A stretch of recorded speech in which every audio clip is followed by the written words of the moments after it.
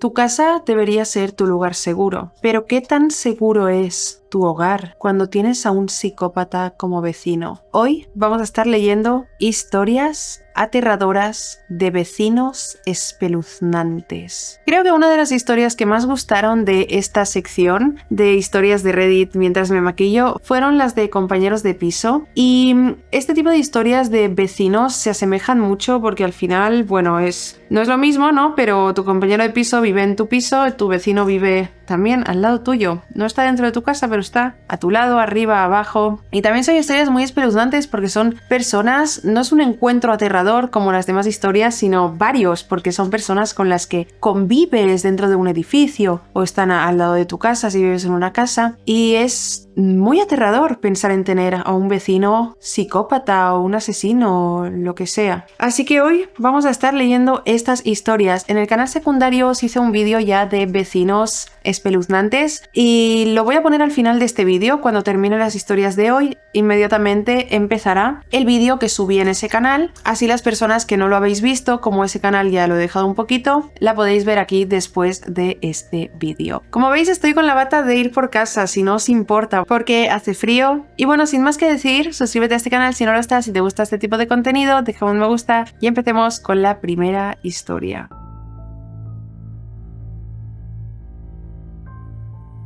La primera historia de hoy se titula Mi vecino perdió la cordura. A diferencia de otras historias donde una sola persona tiene un encuentro espeluznante pero aislado, quien nos cuenta este relato, Cristina, nos deja claro que su historia en realidad se trata de un vecino espeluznante que durante mucho tiempo mantuvo a toda una comunidad entera asustada. Un solo hombre fue capaz de aterrorizarlos a todos. Desde principios del 2022 hasta hace relativamente poco. El vecino, un hombre mayor al que llamaremos Walter, se mudó cuando Cristina era pequeña y era bastante famoso por su césped. Su jardín era increíblemente verde y espeso y lo protegía con unos celos que hicieron entender a la comunidad que no debían acercarse demasiado a él ni molestarlo. La comunidad podía vivir en paz, entre comillas, dejando al señor Walter tranquilo, pero, siempre y cuando lo dejaran tranquilo. Pero en algún punto, 2 años después de iniciada la pandemia, los comportamientos del señor Walter se volvieron especialmente raros. Lo primero fue que contrató a una empresa de jardinería a principios de 2022 para que cuidaran sus setos, los árboles y las flores que tenía. Hasta aquí todo bien, todo normal, y de igual forma Cristina no ponía especial atención a este jardín tan famoso, pero sí que empezó a ser consciente, aunque solo fuese un poco, de lo mal que llegaba a tratar Walter a los jardineros que había contratado. Cuenta que su jardín era precioso, sí, pero su mal carácter se dejaba ver en los horribles gritos y regaños que les hacía a los jardineros por errores mínimos que nadie salvo él notaba. Cristina llegó a comentar esto con los vecinos y aunque a muchos les desagradaba, la mayoría estaba de acuerdo en que solo era un gruñón. La primera señal de alerta que hizo que todos se cuestionaran si Walter podría estar loco fue en verano de 2022, cuando le pidió a un adolescente del barrio que revisara la casa una vez al día, se asegurara de que todas las puertas y ventanas estuvieran cerradas y que regara las flores. A todos les pareció normal, ya que supuestamente saldría de viaje unas cuantas semanas. Pero el día que él y su mujer, la señora Silvia, se fueron, Walter dejó una lista de instrucciones absurda para este chico que le iba a cuidar las plantas, no sé qué. Las instrucciones decían que el chico tenía que estar allí varias veces al día, encender y apagar luces a horas específicas y hacer tareas raras como sentarse en el sillón un tiempo exacto, hacer café y desecharlo en el coladero pasada media hora y este tipo de cosas que creo que nadie entiende. Además, Walter enfatizó que este chico jamás podía caminar por el césped y tenía que quitarse los zapatos sucios antes de caminar por la acera de cemento. Nunca debía entrar en ciertas habitaciones de la casa, aunque explícitamente le pedía que encendiera la luz de ellas. Eso significaba que el chico debía encender las luces desde la ventana, con ayuda de un palo o una escoba, porque no tenía permitido entrar en la habitación. O sea, Walter, ¿qué te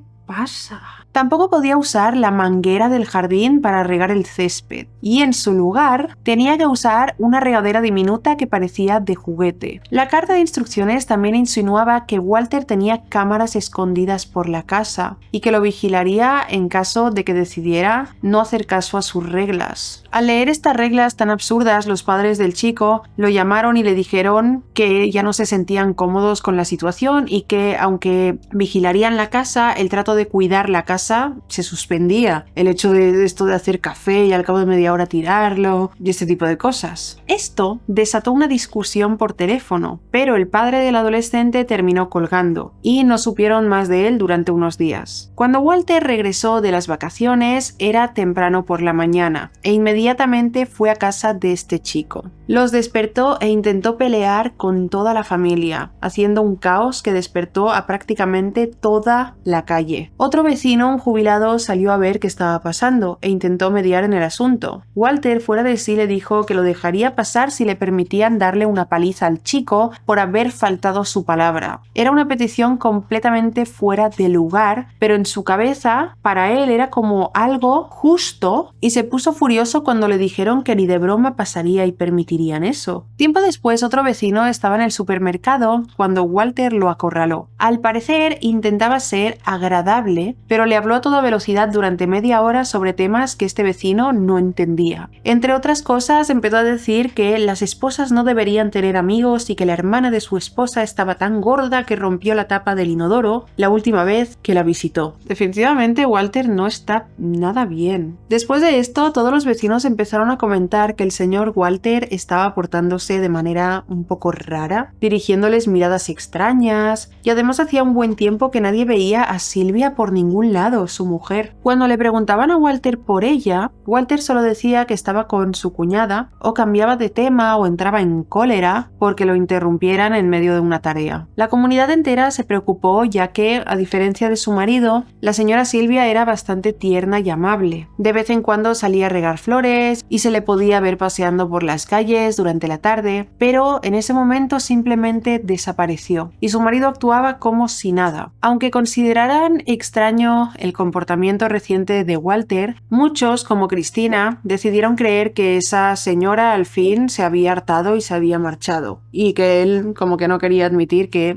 lo había dejado. Durante el invierno, todos los vecinos encontraron folletos en sus buzones del paisajista que contrataba Walter, junto con una nota que decía que era obligatorio contratar a este paisajista en la zona para dar un aspecto homogéneo a la comunidad y que de no cumplirse se les demandaría. O sea, a ver, esto es como que Walter dijo, es como si yo digo, quiero flores en mi balcón, ¿no? Y le digo a todos los vecinos, les envío una carta de tenéis que contratar a mi decorador del balcón porque quiero que todos tengamos flores en el balcón y si no las ponéis os voy a demandar. Cristina sabe que hay barrios que obligan a los propietarios a pintar las casas de un mismo color, ¿vale? Esto no lo sabía para nada. Y a tener el jardín idéntico y todo eso. Vale, yo esto no lo sabía. Yo esto no tenía ni idea porque es en plan, a ver, ¿esta es mi casa o es la casa de toda la calle? ¿No la puedo pintar como yo quiera? Me parece un poco fuera de lugar, ¿no? Si es mi casa, ¿por qué tengo que...? ¿Quién elige el color? Bueno, explica que, pero en esa comunidad cada quien podía tener la casa que quisiera, ya que eran viviendas unifamiliares privadas, sin comunidad de propietarios, ni asociación de vecinos, así que era imposible realmente que los pudieran demandar. Pero Walter no tardó en hacer presión para que todos le hicieran caso, provocando fuertes discusiones en la calle que incomodaban a todos. En ese mismo invierno, alguien al fin vio a la señora Silvia. Tenía el brazo en un cabestrillo y un ojo morado. Y además tenía la mirada muy triste, muy diferente a la que siempre había mostrado en público. Cuando fueron a preguntarle al respecto, Walter llegó corriendo de donde estaba y prácticamente no la dejó hablar, asegurando que se había resbalado en el hielo. Desde entonces, muchos vecinos intentaron hablar con ella a solas, incluso Cristina, que no solía involucrarse en ningún asunto ni problemas de la comunidad,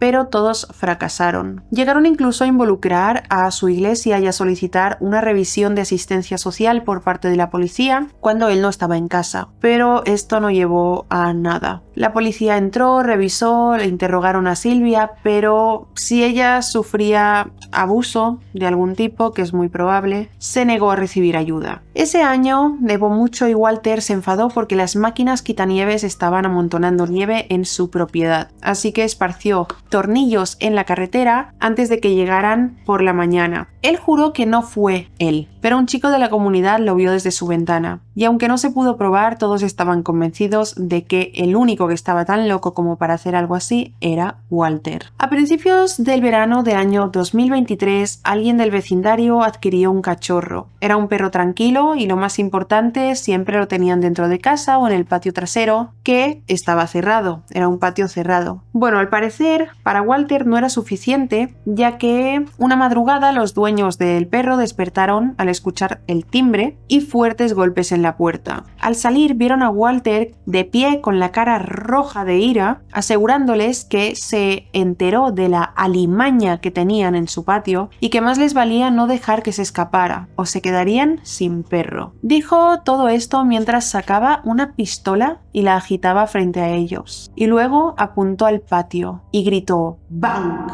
Y se marchó. La pareja, que eran vecinos y amigos de Cristina, estaban más que dispuestos a enfrentar a Walter hasta que vieron la pistola. En ese momento decidieron guardar silencio, volvieron adentro con calma y llamaron a la policía. Al ser confrontado, Walter afirmó que salió a caminar, pensó que estaban despiertos y pasó por allí para saludar. Negó haber sacado un arma, aunque admitió que la llevaba en el cinturón por seguridad y que no pretendía que se sintieran amenazados. Ni siquiera los policías le creyeron, pero no había mucho que pudieran hacer y prácticamente solo le dieron una advertencia. Unos días después, recibió una especie de citación de la policía, pero no sirvió para nada, ya que seguía comportándose de forma indeseable con los vecinos, molestando para que contrataran al paisajista y aterrorizando a los dueños de mascotas con gestos agresivos. Con la llegada del otoño, a Walter le dio por sentarse afuera en su porche y escribir algo cada vez que alguien pasaba caminando o en coche. Nadie sabía qué estaba escribiendo ni haciendo, pero Cristina empezó a conducir de otra manera hacia su casa para evitar pasar enfrente de la de Walter. Alguien instaló un columpio en su patio trasero y al regresar del trabajo encontraron huellas de neumáticos en el patio y el columpio había sido arrancado de los cimientos. Nadie vio nada, pero resultaba ser que la enorme camioneta de Walter tenía un patrón de llantas muy similar a las marcas que se habían quedado ahí. Y al igual que con las máquinas quitanieves, solo hay un vecino tan loco en la comunidad, y este era Walter. Un policía retirado que vive calle arriba comenzó a recopilar declaraciones de todos los vecinos para mantener registros, porque teniendo en cuenta la evolución que estaba teniendo Walter, todos temen que su comportamiento solo vaya a peor. Al parecer, Cristina hizo más actualizaciones sobre esta historia, ya que Walter empeoró su comportamiento. Ha estado haciendo cosas extrañas por la noche, como amenazar a niños y muchas cosas más. Por el momento esto es todo lo que tiene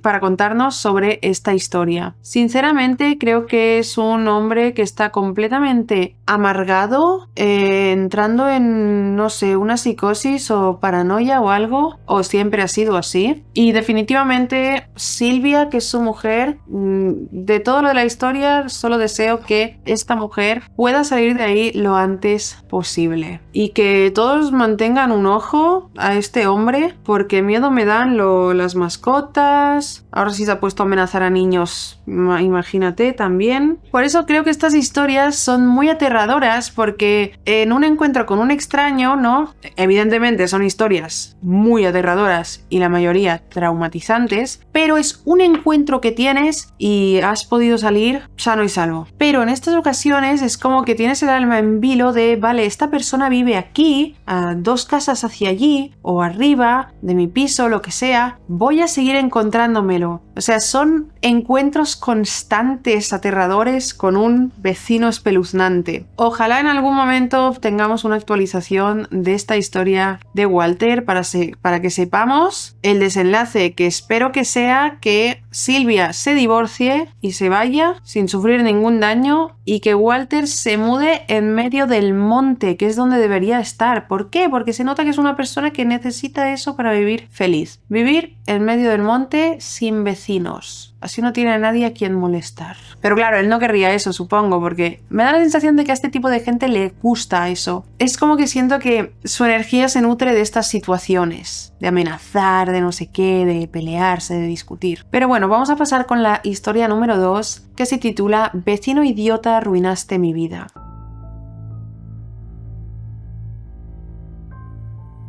Cuando nuestra protagonista de esta historia, Kayla, tenía unos 13 años, sus padres eran dueños de una empresa de grúas que daba servicio en casi toda la región. El día que esta historia comienza, sus padres se fueron al estado vecino y regresarían a casa a eso de las 8 de la noche, 8 o 9. Así que Kayla invitó a unos amigos de la escuela y estuvieron ahí solos, comiendo comida chatarra y viendo películas y todo eso. Era invierno, así que empezó a oscurecer bastante rápido. Si Kayla no lo recuerda mal, a eso de las 6 de la tarde estaba bastante oscuro afuera. Ellos siguieron divirtiéndose y a eso de las 8 estaban esperando a que los padres de Sheila llegaran, cuando alguien llamó a la puerta. Por la distribución de la casa, la puerta principal estaba justo al lado del sofá de la sala, donde todos estaban pasando el rato. Y aquí hay un detalle importante. La madre de Kayla está anclada a la moda de los 80s. Usa chaquetas de cuero y prendas de su época, como en plan estilo motera. Por eso, cuando una amiga de Sheila, a quien llamaremos Jennifer, se levantó y vio a alguien con chaqueta de cuero, de inmediato dijo: «Es tu madre, veo su chaqueta». Kayla se levantó de un salto y miró por la ventana. Estaba bastante oscuro, pero notó ciertas cosas, como que no se veía la grúa de su padre en la parte delantera de la casa, y también que la persona enfrente de la puerta era demasiado grande como para ser su madre. De inmediato Sheila corrió hacia la puerta gritándole a Jennifer: «No abras, no es mi madre», pero ya era demasiado tarde. La puerta estaba abierta y ahí estaba un hombre de 1,80 m y más de 100 kilos de pie frente a la puerta, con un pasamontañas cubriéndole la cara. Entró en la casa apartando a Jennifer de un empujón y pasó directamente a la sala de estar. Todos los amigos de Kayla salieron corriendo de la sala a la cocina, donde estaba la puerta trasera, y salieron corriendo de la casa en pánico. Kayla, por otro lado, aprendió ese día que su respuesta al sentido de lucha o huida no es ninguna de las dos, sino congelarse en el sitio como si fuera un ciervo en medio de la carretera. El hombre la agarró por los brazos y la levantó en el aire. Estaba aterrorizada, rígida como una tabla, tanto que de hecho se orinó en los pantalones. Al fin el instinto de supervivencia despertó en ella y no recuerda cómo sucedió, pero consiguió zafarse del agarre y salió corriendo por la puerta trasera de su casa, calle abajo, hacia la casa de un vecino que era amigo de sus padres. Ahí llamaron a la policía y en un par de minutos había 3 coches de policía rodeando la casa y cada extremo de la cuadra. Sí, la policía trabajando bien en una historia increíble. Entraron a la casa y por fortuna el sujeto no había escapado. Lo arrestaron en el momento. Kayla, su vecino y algunos de los amigos que quedaron cerca vieron la situación desde la calle. Y para horror de Kayla descubrió que siempre ese hombre que era uno de sus vecinos. Específicamente el vecino que vivía enfrente. Un hombre extraño pero amable que siempre le saludaba cuando iba a la escuela. Cuando lo interrogaron, dijo que supuestamente les estaba gastando una broma a los chicos. Claro, a un grupo de niñas de 13 años. Kayla no tiene reparo en decir que siempre fue un pervertido, pero lo supo disimular hasta ese momento. Ahora Kayla, que hoy en día tiene 26 años, tiene mucho cuidado al escuchar que alguien toca su puerta por la noche. Literalmente se arrastra por su casa para que la gente no pueda oírla ni verla desde fuera y se esconde hasta que se van, o al menos hasta que consigue cerciorarse totalmente de quién se trata. Porque el trauma que le dejó esa broma, entre comillas, de su vecino la persigue hasta ahora. Por eso solo puede decir: a mi vecino imbécil, púdrete, no nos veamos nunca más, o tal vez sí, solo para poder darte una patada en los huevos, idiota. Se ha desahogado, ¿eh,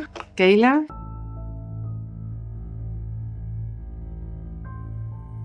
La tercera historia se titula Atacó a su propia madre. Quien nos cuenta el siguiente relato, un joven llamado Augusto, creció en un edificio en un conjunto residencial a las afueras de una ciudad grande de Florida. Era una pequeña comunidad y casi todos se conocían y conocían las rutinas de cada quien. Por eso era inevitable notar la presencia de una familia en particular que vivía en el segundo piso del edificio donde vivía Augusto. Eran una mujer que siempre parecía estar molesta, que vivía con sus dos hijos, Axel y Tobías. Tobías y Augusto tenían la misma edad y Axel era 2 años mayor. Como vivían en el mismo conjunto residencial, era normal que todos los niños de más o menos la misma edad pasaran el tiempo juntos. Y por eso Augusto pudo notar, desde que tenía solo 7 u 8 años, que Tobías era diferente a los demás. Le dedicaba miradas largas e incómodas a los demás, casi sin parpadear. Y hablaba solo constantemente. Un día, mientras esperaba su turno para jugar a fútbol, soltó: "Me gustaría patear a los perros y a los gatos para ver cómo chillan". Otro día apuntó al borde de la azotea y preguntó: "¿Qué pasará si tiramos uno desde allá arriba?". Augusto aclara que, a diferencia de esos niños locos y crueles de las películas, él y su grupo de niños eran bastante normales y equilibrados. Y de no ser por Tobías, la idea tan macabra de asesinar a un animal a sangre fría no se les hubiera pasado jamás por la cabeza. De hecho, las 2 veces que él lo mencionó, todos se miraron a las caras horrorizados. Axel, que también pasaba el tiempo con el grupo, se disculpó en nombre de su hermano, explicando que era un poco raro, pero que él jamás haría algo así. Sin embargo, cuando Tobías propuso una tercera vez maltratar a un animal, todos en el grupo le cortaron el rollo, diciéndole que eso era cruel y que mejor se callara. Él, siempre que interrumpían alguna de sus propuestas extrañas, hacía una media sonrisa y miraba al suelo. Al final de todo asumieron que solo intentaba llamar la atención y decidieron que no dejarían de jugar con él, aunque era más como un favor para Axel, el hermano, que porque realmente quisieran pasar tiempo con Tobías. Y cuando tenían más o menos 11 años, Tobías y Axel y Augusto subieron al edificio a buscar un inflador de balones que tenía Axel. Esa fue la primera vez que Augusto cruzó la puerta de ese apartamento en el segundo piso y afortunadamente la última. Ni bien cruzó el umbral de la puerta, para Augusto fue como chocar contra un muro invisible. Hacía calor ahí dentro, el aire se sentía denso y la mirada de la madre de Axel y Tobías lo incomodó. Mientras ella decía, en tono demasiado hostil: "¿Por qué no me dijeron que traerían a alguien para ordenar un poco?". "Un poco", dice Augusto. En el pasillo, junto al mueble de la tele, había heces de perro sobre hojas de periódico y bolsas que olían a comida rancia.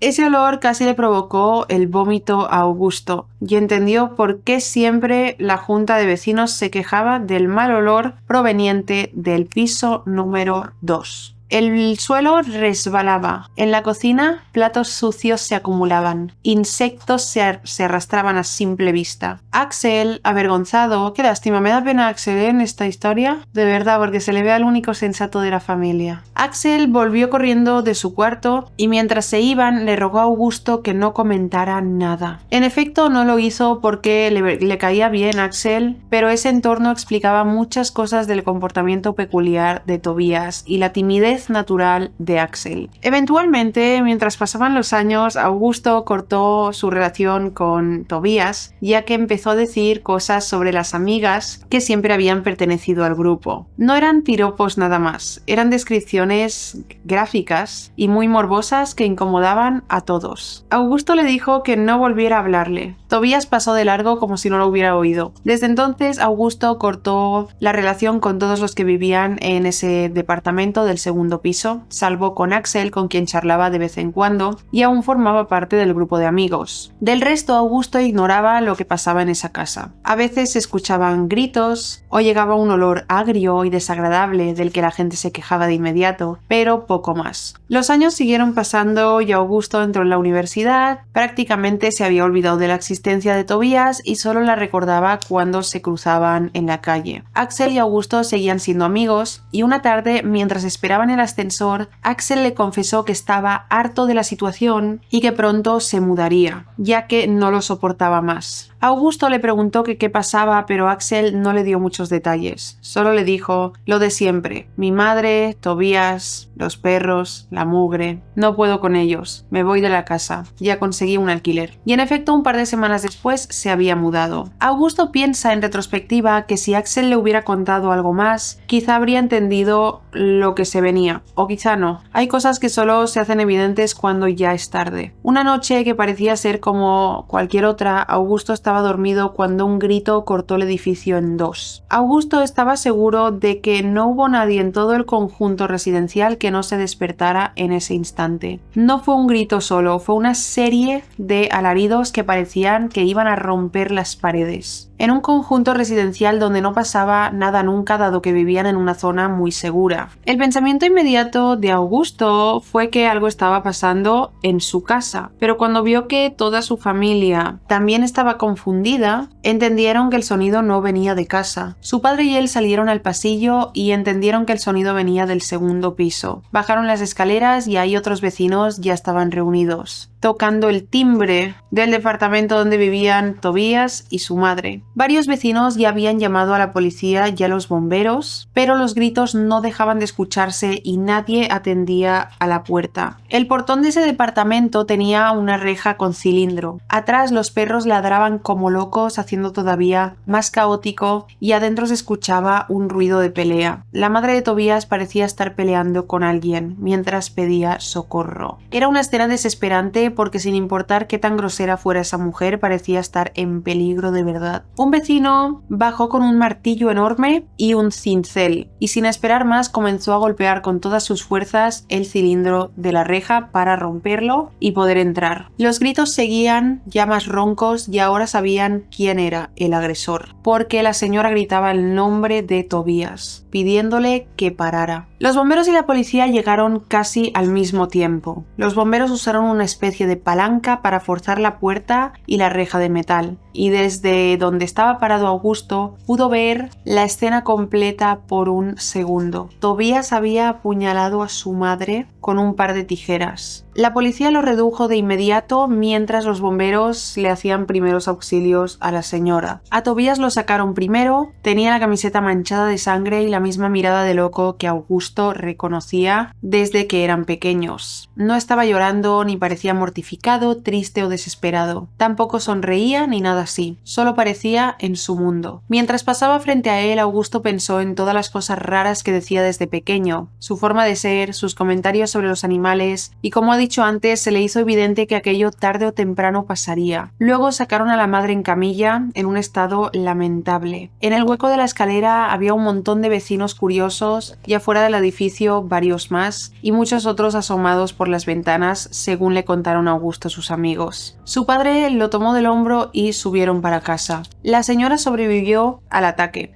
pero a duras penas. Eso lo supieron por la mañana cuando el rumor ya tenía forma. Augusto vio a Axel una vez más de lejos, con una mochila grande y la mirada en el suelo. Lo saludó, charlaron un poco tiempo, pero no tocaron el tema de su hermano y el ataque que le hizo a su madre. Después desapareció del círculo social de Augusto y nunca más supo de él. La señora se mudó a casa de su hermana y el apartamento lo vendieron. Augusto se enteró por terceros que nadie, ni su hermano ni su madre, visitaban a Tobías en la cárcel. Han pasado 10 años de aquel suceso y por lo que Augusto sabe, Tobías sigue en la cárcel por intento de asesinato. Obviamente, en su momento hubo muchas especulaciones sobre lo que llevó a Tobías a hacer eso. Algunos vecinos están seguros de que la madre lo maltrataba, que lo tenía bajo llave y que lo insultó durante años hasta que una noche él explotó. Otros dijeron que Tobías simplemente tenía una enfermedad mental no diagnosticada y que una noche cualquiera, sin provocación alguna, tuvo un brote y atacó a su madre. La única teoría que realmente molestó a Augusto fue que algunos dijeron que Axel sabía lo que se venía y por eso se fue de la casa. Fue como si quisieran echarle la culpa. Augusto, por su lado, no sabe nada con certeza excepto esto. Durante años Tobías les dijo en pequeño lo que un día haría en grande. Esa escena tan gráfica y violenta aún lo molesta a día de hoy y a veces escucha esos gritos en sueños o se sobresalta cuando oye ruidos fuertes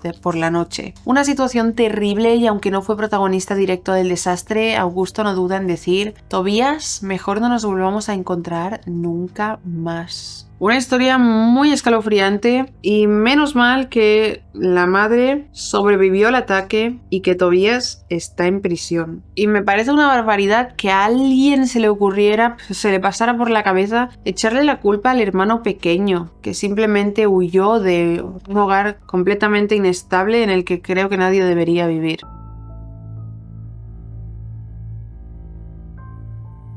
La siguiente historia de hoy se titula Vecino japonés espeluznante. Esto pasó a finales de 2015 y principios de 2016, cuando Isabel tenía 22 años. Y no se detuvo hasta que se mudó, por miedo a vivir sola en ese apartamento al lado de un loco. Pero primero un poco de contexto. Isabel es británica, nació y creció en Manchester, pero se mudó a Japón. El apartamento en el que vivió al principio lo alquilaba una empresa relacionada con su escuela, lo que facilitó mucho la burocracia, ya que conseguir alquiler siendo extranjero en Japón no siempre es muy fácil. Sin embargo, había algunos problemas graves. No era un buen apartamento en absoluto, ninguno de los que le ofrecieron lo era, pero ella en ese momento estaba dispuesta a adaptarse y desconocía de calidad y el tamaño real de los apartamentos japoneses en comparación con su precio. Por eso consiguieron engañarla y aceptó pagar un alquiler demasiado alto por un apartamento diminuto, que se componía de un baño y una habitación con la cocina conectada y la cama a 2 pasos. He visto un montón de vídeos de gente que se muda a Japón y así,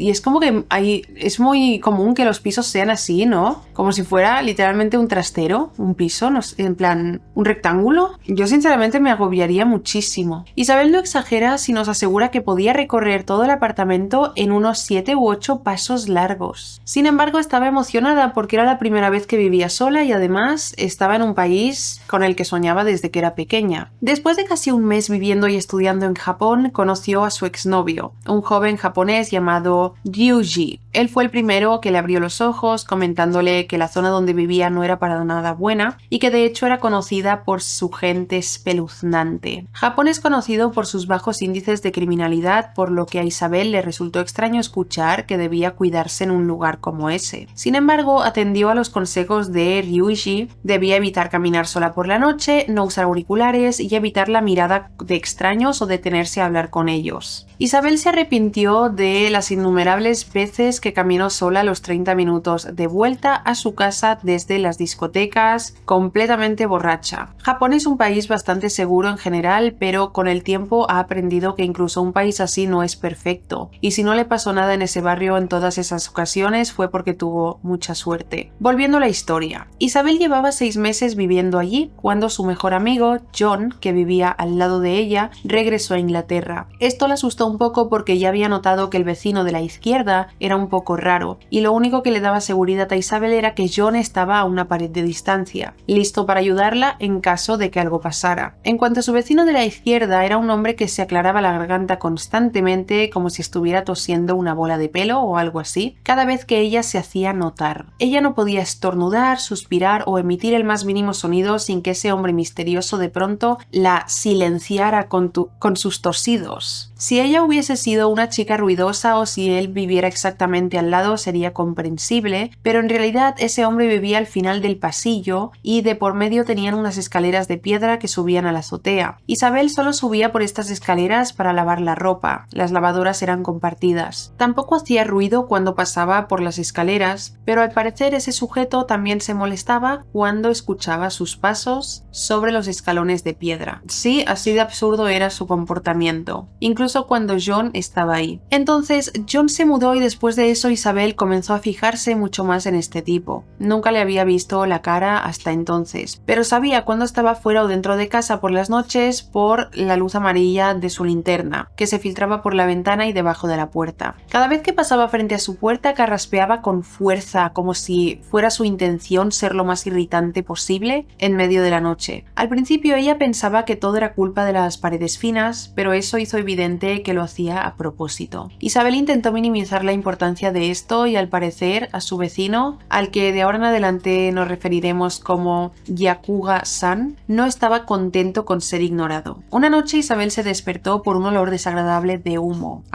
Era demasiado sutil para ser originado por un incendio y rápidamente se dio cuenta de que venía de la puerta de entrada a su departamento. Yakuga-san estaba fumando afuera de su departamento. Isabel respiró profundo pensando que tal vez era coincidencia y que era normal, ya que él siempre salía a caminar esas horas, pero que dejara las colillas tiradas enfrente de la puerta era un abuso en toda regla. A la mañana siguiente quiso ir a reclamar su mala educación, pero Yakuga-san no salió a enfrentarla. Un día Isabel salió a fumar y decidió que era buena idea hacer exactamente lo mismo que este vecino tan molesto. Pasó frente al apartamento de este vecino y encendió su cigarrillo junto a su puerta. Notó que la mirilla se oscurecía, por lo que obviamente Yakuga-san la estaba mirando. Ella le devolvió la mirada fijamente a la mirilla mientras fumaba, como si lo estuviera retando a salir y a decirle algo, pero no pasó nada. El sujeto solo la miró detrás de su puerta de metal durante todo ese tiempo y la dejó marcharse sin decir ni hacer absolutamente nada. Este tipo de gente me da más miedo porque es como que es gente que no reacciona al momento, sino que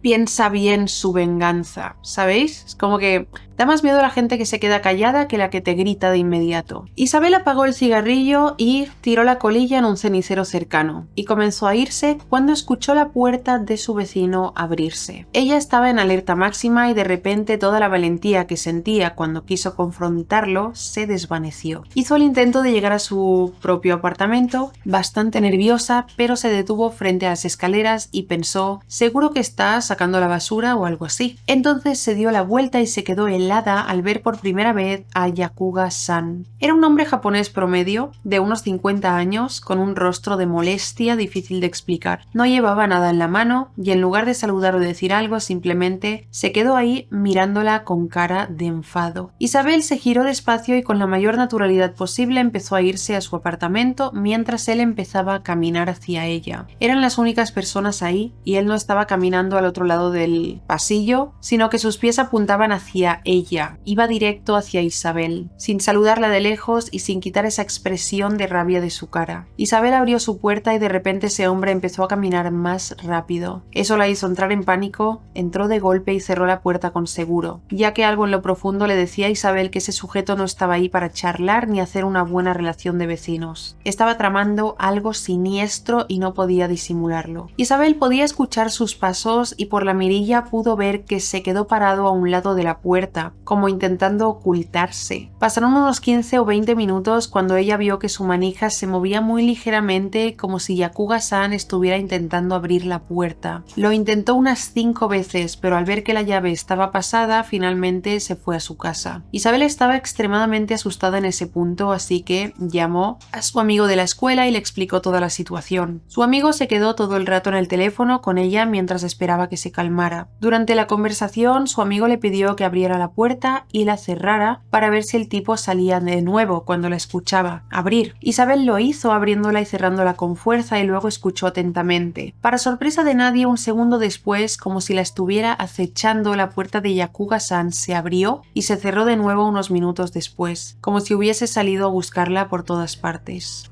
Yo no podría volver a salir de casa. Llamaría a la policía y les diría, no puedo salir de casa porque... Naturalmente, después de este episodio, a Isabel le daba mucho miedo estar en su apartamento por la noche o salir a fumar. Salía de la habitación en silencio, fumaba fuera del edificio en lugar de en el pasillo y cerraba la puerta con cuidado para que no sonara. Todo con el propósito de no alertar a Yakuga-san. Sin embargo, aquello era imposible. Cada vez que cerraba la puerta, ella escuchaba a ese hombre abrir la suya y podía sentirlo detenerse frente a su puerta, como si pudiera mirarla a través del metal y las paredes. Una noche Isabel salió a fumar frente al edificio y Yakuga-san llegó a casa justo cuando ella estaba ahí, en el lobby. Se quedó paralizada mirándolo de reojo. Al principio ni siquiera abrió la puerta del edificio, se quedó mirándola fijamente durante mucho más tiempo de lo habitual, tanto que ella prácticamente había terminado su cigarro para cuando hizo algo. Al fin entró al edificio, pero no se atrevió a hacerle nada y se marchó directo a su apartamento. Ahora Isabel debía volver a su apartamento y tenía pánico de que este hombre estuviera esperándola en las escaleras. así que optó por pasar la noche con una amiga de la escuela y no subir a su casa. Una noche en especial aterradora, Isabel estaba estudiando hasta tarde cuando empezó a escuchar una voz en la parte de afuera. Hablaba en japonés, pero de una manera tan rápida que no se entendía nada de lo que decía. A ella se le arrugó el corazón mientras se levantaba del escritorio para asomarse por la mirilla de la puerta. Ahí de nuevo estaba Yakuga-san, tratando de esconderse en el punto ciego de la mirilla, susurrando palabras en japonés que Isabel, con su nivel del idioma, no podía entender. Duró ahí 2 horas antes de que ella escuchara el golpe de su puerta metálica al otro lado del pasillo cerrarse. Todo esto sucedió a finales de 2015 y principios de 2016, y lo que la convenció de mudarse finalmente fue lo siguiente. Isabel había salido a cenar con su entonces novio, Ryuichi, y volvieron después de las 11 de la noche. Dado que estaba con su novio, ella se sentía más tranquila y no iba con el paso acelerado que siempre usaba para evitar, por cualquier medio, a Yakuga-san. Sin embargo, en algún punto se le adelantó un poco y pudo ver, de pie en la oscuridad del pasillo cerca de la puerta, una silueta oscura que ella reconoció de inmediato. Yakuga-san estaba de pie frente a su puerta y la estaba observando fijamente. Empezó a acercarse a Isabel, que estaba paralizada, y Ryuji los vio mientras subía las escaleras. Dobló la esquina y en cuanto Yakuga-san vio que Isabel no estaba sola, cambió su semblante, sonrió y sacó su teléfono de inmediato fingiendo que atendía una llamada. Ryuji, que ya sabía todo lo que había estado pasando, cogió a Isabel de la mano y siguieron de largo como si no se hubieran cruzado con ese tipo. Al llegar a la puerta, Isabel buscó sus llaves temblando y Yakuga-san volvió donde ellos estaban, preguntando en un tono amable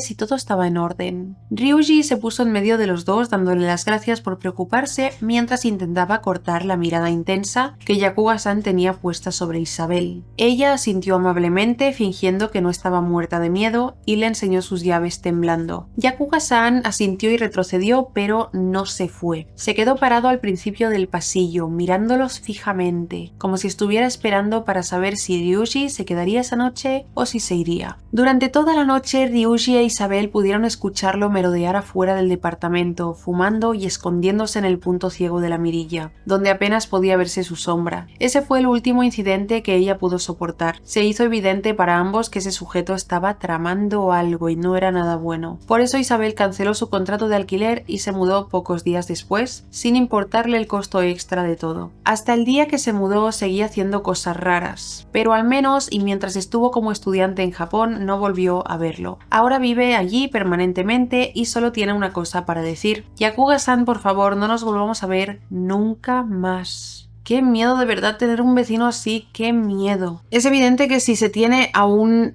vecino así, no hay que provocarlo, ¿no? En este caso ella fue en plan, como él ha fumado y ha tirado la colilla en mi puerta, yo voy a hacer lo mismo. Siento que eso hay que evitarlo a toda costa porque esta gente no está bien, ¿sabes? Si una persona se pone a tirar colillas en tu puerta y cosas así, ya te tiene que dar a entender que no está bien. Es completamente comprensible que uno dice, anda, voy a hacer algo yo también. Hombre, ¿de qué va esta persona? Pero siento que hay que aguantarse e intentar solucionarlo por una vía tipo llamando al casero, poniéndose en contacto con alguien que pueda mediar la situación sin tú ponerte en peligro. Evidentemente Isabel no sabía que se estaba poniendo en peligro. Nadie imagina que por un acto de venganza, o no de venganza, por ejemplo, alguien tira algo en mi balcón y yo lo tiro en el suyo. Yo no me puedo imaginar que por hacer ese gesto esta persona empezará a acecharme por el edificio. Pero es mejor evitar a toda costa a este tipo de gente e intentar solucionarlo por otros medios, porque por suerte no consiguió hacerle nada a Isabel, pero está clarísimo que tramaba algo, que quería encontrarse con ella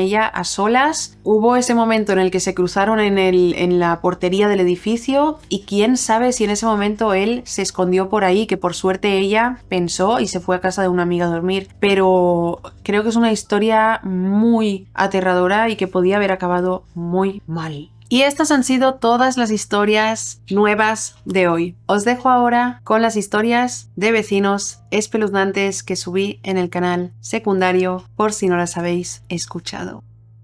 ¿Alguien ha tenido un vecino espeluznante? Hasta ahora hemos estado leyendo historias de encuentros aterradores con extraños. Normalmente han sido stalkers, acosadores, del instituto, del trabajo, compañeros de piso, pero hasta ahora no habíamos leído historias sobre historias aterradoras de encuentros con vecinos espeluznantes. Hoy, mientras me maquillo, vamos a leer estas aterradoras historias. Al final, en un edificio, si vives en un edificio hay mucha gente y al final, aunque sean tus vecinos, tienen una vida, tienen una forma de ser, pueden ser psicópatas y en este vídeo vamos a ver unas de estas historias. Antes de empezar, dejo por aquí mi Instagram y mi TikTok. También tenemos un podcast donde contamos historias como estas. Tengo mi canal principal donde subo los casos. Si te gusta este tipo de contenido, suscríbete a este canal porque no sé si habrá gente que no se estará dando cuenta de que este es otro canal, un canal secundario donde ahora subiré las historias, donde estoy subiendo las historias de Reddit. Y sin más que decir, empecemos con las historias aterradoras de hoy.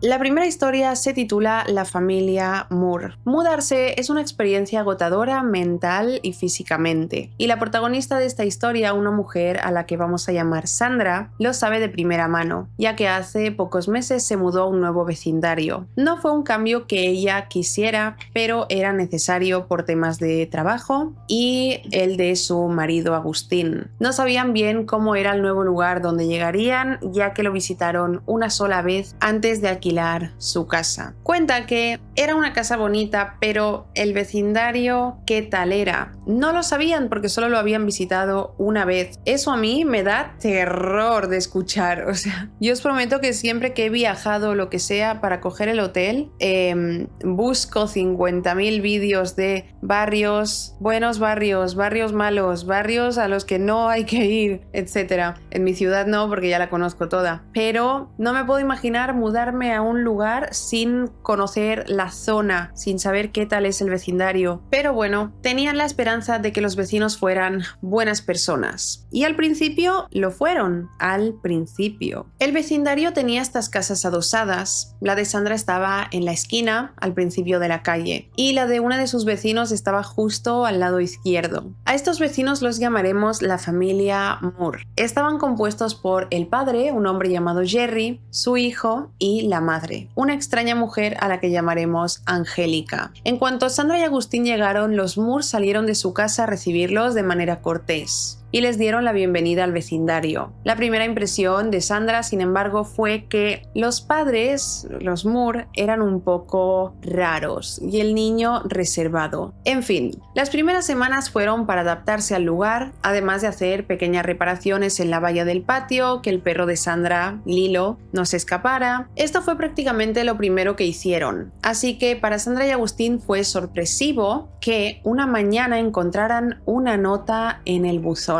Este me está dando muchas vibes de El Visitante, El Vigilante. ¿Qué digo? El Visitante. El Vigilante, la serie de Netflix, que está basada en un caso real. Al parecer era una pequeña carta de Angélica Moore, que acusaba a Lilo de estar haciendo caca en su jardín trasero. Al principio Sandra pensó que era posible que, como las casas estaban tan juntas y los patios solo separados por una valla, existiera la posibilidad de que hubiesen ignorado un agujero por el que Lilo se había metido. Lilo era un perro pequeño después de todo, pero después de revisar con cuidado la valla no encontraron ningún agujero por el que se pudiera haber colado al patio de los Moore. Por lo tanto, era imposible que el perro hubiera hecho sus necesidades ahí. Era imposible que hubiera pasado la valla. Le explicaron esto a Angélica y aunque ella pareció entenderlo, esto solo dio pie a ciertos comportamientos inquietantes. Sandra la capturó infraganti en una ocasión revisando su buzón y en más de una ocasión Angélica se quedaba mirándola fijamente mientras salía hacia su trabajo. Pocos días después de la primera nota llegó la segunda, donde ella volvía a afirmar que era Lilo el que defecaba en su jardín. Sandra empezó a leerla frente al buzón y se dio cuenta de que Angélica estaba en la ventana de su casa mirándola fijamente. Esta vez el tono de amabilidad de la primera nota había desaparecido. La segunda nota era larguísima y Sandra se dio cuenta de que mientras más leía, más disparatada se volvía y más extraño se volvía su comportamiento en la ventana. Al parecer, Angélica creía que de alguna manera casi telepática, Sandra le estaba dando instrucciones a su perro para que hiciera caca en su jardín. Eso le decía en la nota. Yo, mirar, en ese momento ya habría pensado qué clase de alucinógenos consume esta mujer. En la nota, Angélica se desvió un poco sobre lo horribles que son los perros y luego volvió al hilo, que incluso había defecado en su jardín delantero y que estaba convencida de que fue él, a pesar de que siempre hay un montón de perros, gatos y demás animales salvajes sueltos por ahí, menciona Sandra. Cuando iba leyendo esa parte de la carta, Angélica de repente salió de su casa, se montó en su camioneta y salió de su entrada. Pero en lugar de irse, simplemente se estacionó detrás de Sandra y se quedó allí mirándola fijamente. La nota luego empezó con una diatriba extraña y larga sobre la familia anterior que vivía en la casa de Sandra, diciendo que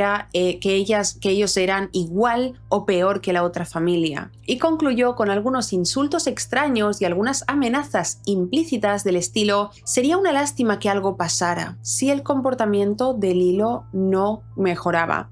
Es una completa locura porque Lilo no estaba haciendo sus necesidades en casa de los Moore. De todos modos, es una completa locura que una persona se comporte de esta manera. Cuando los vecinos se acaban de mudar, si hay cualquier tipo de problema, simplemente hay que hablarlo tranquilamente y tener paciencia, porque uno llega a un lugar y pues se va a adaptar a lo que hay. Pero Angélica estaba completamente...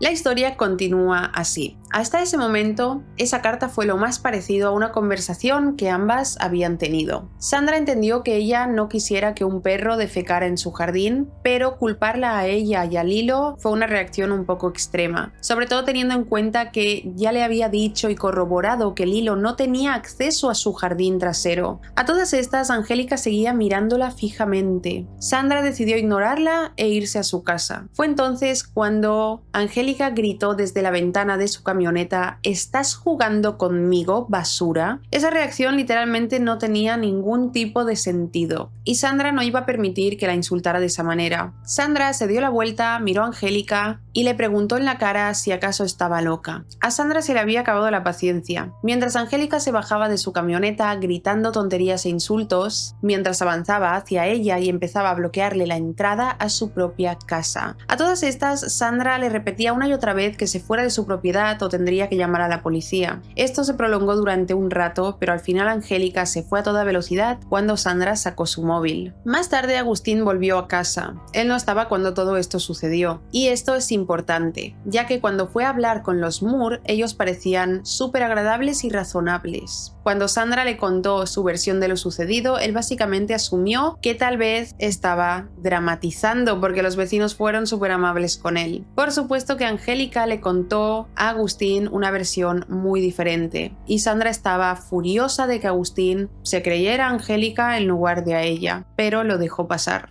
Agustín, por favor, ¿cómo vas a creer antes a un desconocido que a tu mujer? En fin, en retrospectiva es obvio que Agustín solo quería seguir llevándose bien con el vecino Jerry, ya que habían comenzado a pedirse herramientas prestadas de vez en cuando. Con el paso de los días, los Moore demostraron ser una familia aterradora, en especial Angélica. Esto no es ninguna sorpresa, ya me lo esperaba. Cuando Agustín estaba con ella o en la casa, ellos le hablaban a Sandra de forma muy distinta y no le decían ninguna grosería. De hecho, ni siquiera le hablaban o le dirigían la palabra, salvo que fuera necesario. Pero cuando Agustín salía a trabajar y ella se quedaba sola en casa, empezaba lo espeluznante. En las pocas ocasiones en las que Sandra no salía a trabajar, bien porque podía hacerlo desde casa o porque tenía el día libre, Angélica retomaba sus extrañas actitudes. Se le quedaba mirando fijamente, susurraba insultos cuando pasaba cerca de ella en el vecindario y cosas del estilo. Ella la ignoró, pero ignorarla no era una solución real, como pronto descubriría. Sandra empezó a tener problemas para dormir con la noche cuando estaba sola en casa. Y es que Agustín estaba fuera del país por negocios. De hecho, seguía fuera al momento de escribir esta historia y tardará algunos meses en volver. Al principio, Sandra recibió esta noticia lo mejor posible y aceptó que estaría sola durante un tiempo, pero no era la primera vez que sucedía, así que estaba bien. Sin embargo, los Moore le aterran y a menudo siente que hay alguien afuera de su casa o de pie frente a la puerta de entrada. Lilo nunca ha sido un perro que ladre sin razón, pero las últimas semanas... Antes de compartir este post, Lilo ha comenzado a portarse mal a deshoras. Sin embargo, Sandra se asoma por las ventanas y revisa la puerta y no ve a nadie. Tiene la alarma de casa activada y la pistola en la mesita de noche solo por si acaso. La amenaza de que alguien entre en su casa y quiera hacerle daño se ha convertido en algo demasiado real para ella. Hubo una noche de un sábado donde este sentimiento de amenaza fue especialmente fuerte. Sandra no durmió bien y sentía que algo andaba mal. Se levantó sobre las 2 de la madrugada porque pensó que al menos aprovecharía el tiempo trabajando. Había perdido la esperanza de dormir bien esa noche. Sin embargo, tampoco tenía ánimos de trabajar, así que decidió salir de casa un rato con Lilo. Después de todo, el vecindario era bastante seguro. Lo que no esperaba era oír algo a su izquierda, en dirección a la casa de los Moore. Lilo gruñó, pero ella no logró ver nada al principio. Caminó un rato por la calle y cuando volvió a eso de las 3 de la mañana, entró en su jardín delantero. Justo cuando estaba de pie frente a su puerta, Sandra escuchó que alguien le gritaba. Se dio la vuelta y junto a los buzones se encontraba un hombre corpulento. Los alrededores de la casa estaban realmente oscuros, así que no logró reconocerlo. Le dio un susto tremendo que la hizo gritar. Sacó su gas pimienta del bolso, pero en medio del pánico ella misma perdió el equilibrio y se cayó. Sandra admite que es un poco torpe. Aunque yo en esta situación no la llamaría torpe, simplemente diría que es completamente normal por los nervios que debes pasar en ese momento. En ese momento ese hombre se disculpó en un tono que no sonaba a disculpa. Era Jerry. Y contrario al deber ser, eso no la alivió mucho. Sandra tardó unos segundos en recomponerse para ponerse de pie y descubrir qué demonios quería su vecino.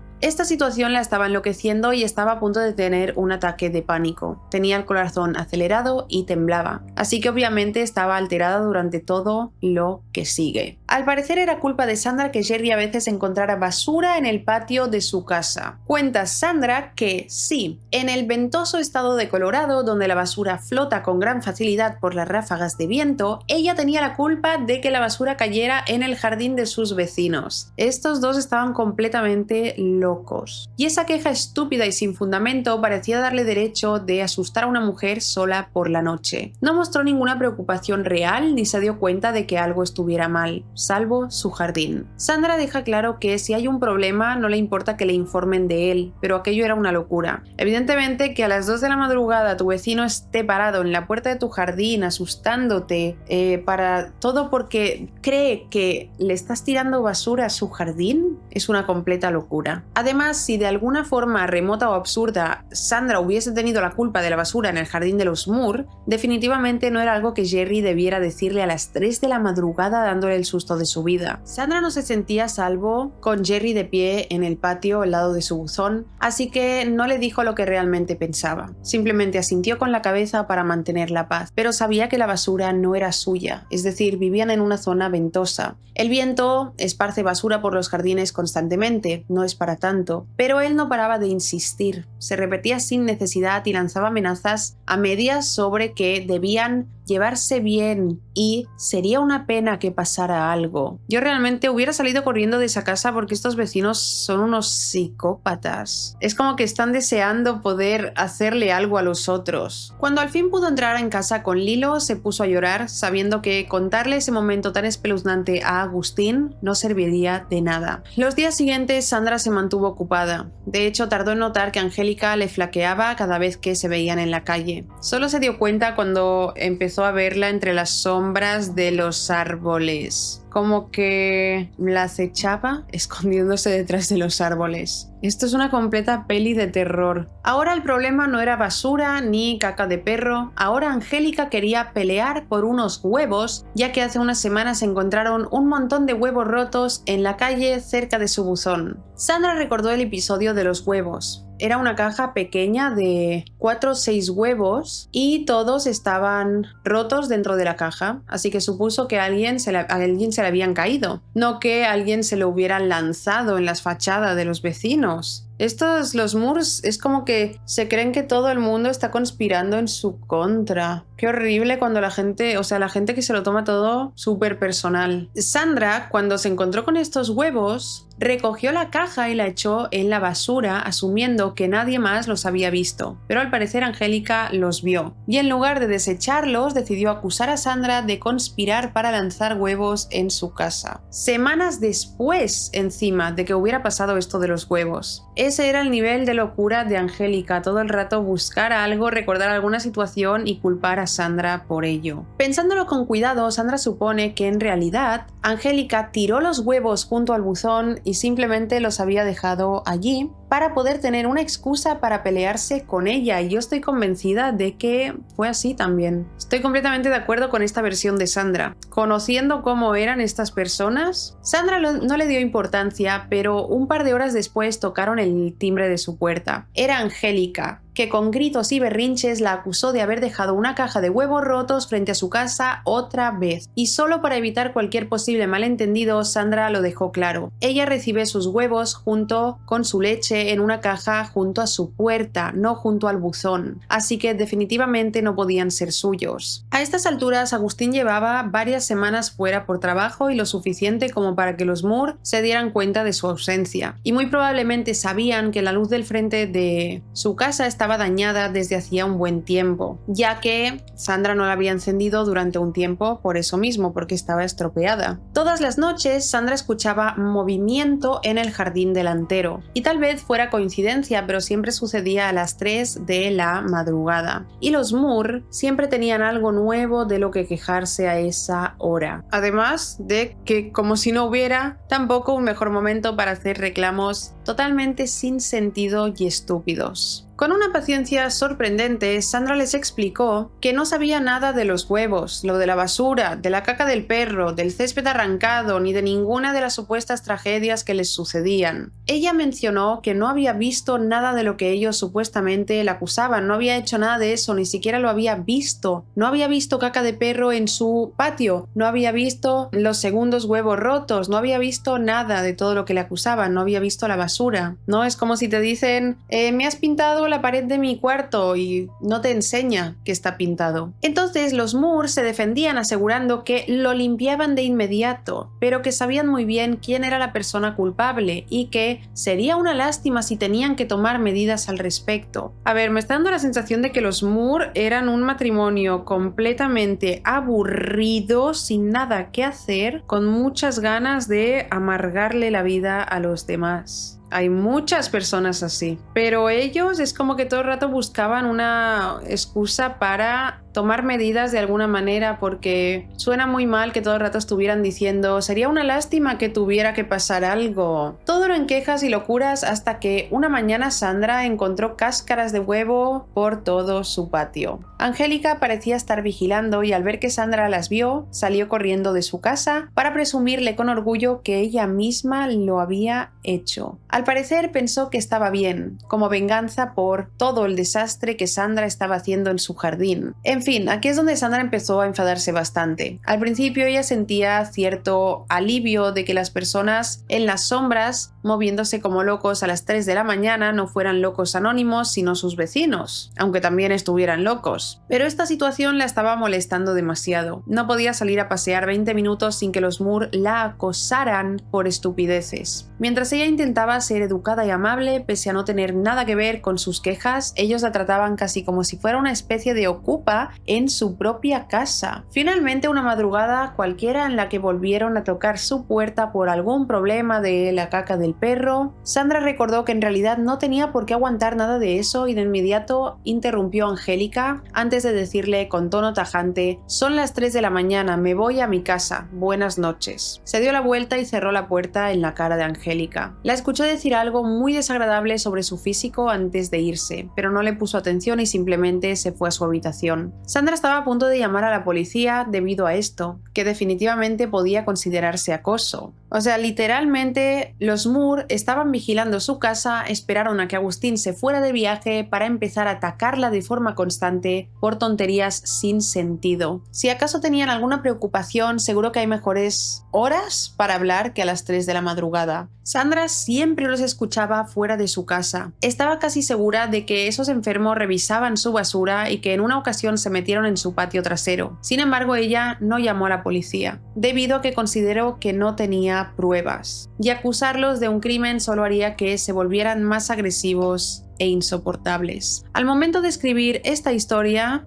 Sandra asegura que ellos continúan comportándose de forma extraña. Nunca es suficiente como para considerarlo algo ilegal o mínimamente denunciable a la policía, pero ella está segura de sí misma y de lo que ha vivido, y sabe bien que nada de lo que le ha estado sucediendo con los vecinos es normal ni es una exageración por su parte. Ella llegó a la obvia conclusión de que las quejas son solo excusa y los Moore aprovechan la oportunidad de que está sola para intimidarla. Se están metiendo con ella a propósito, aunque Sandra no tiene ni idea de cuál es su objetivo, si es que hay alguno. Por otro lado, ella ha meditado mucho sobre si realmente los está malinterpretando, que creo que todos estamos de acuerdo en que no. Cree que podrían ser simplemente raros e increíblemente ineptos socialmente, pero por lo demás inofensivos. Sea como sea, Sandra planea instalar la luz del sensor del movimiento del patio delantero y una cámara de una buena pez. Solo espera que con el tiempo y su indiferencia los Moore la dejen en paz, o al menos que la cámara capte algo que le permita denunciarlos. De lo contrario, deberá resistir hasta que Agustín vuelva y esperar a que se acabe el contrato de alquiler para buscar un nuevo lugar. Por desgracia, no hay más actualizaciones de esta historia. ¿Qué opináis sobre esta historia? ¿Qué creéis que quieren los Moore de Sandra? Yo no sé, pero sinceramente llamaría a la policía, haya o no haya pruebas. Ni que sea para asustarlos, ¿sabéis? En plan, escuchad que esto... Voy a llamar a la policía cada vez que me molestéis. Definitivamente, a quien le haya gustado esta historia y no haya visto la serie El Vigilante, tenéis que verla, porque además es un caso real.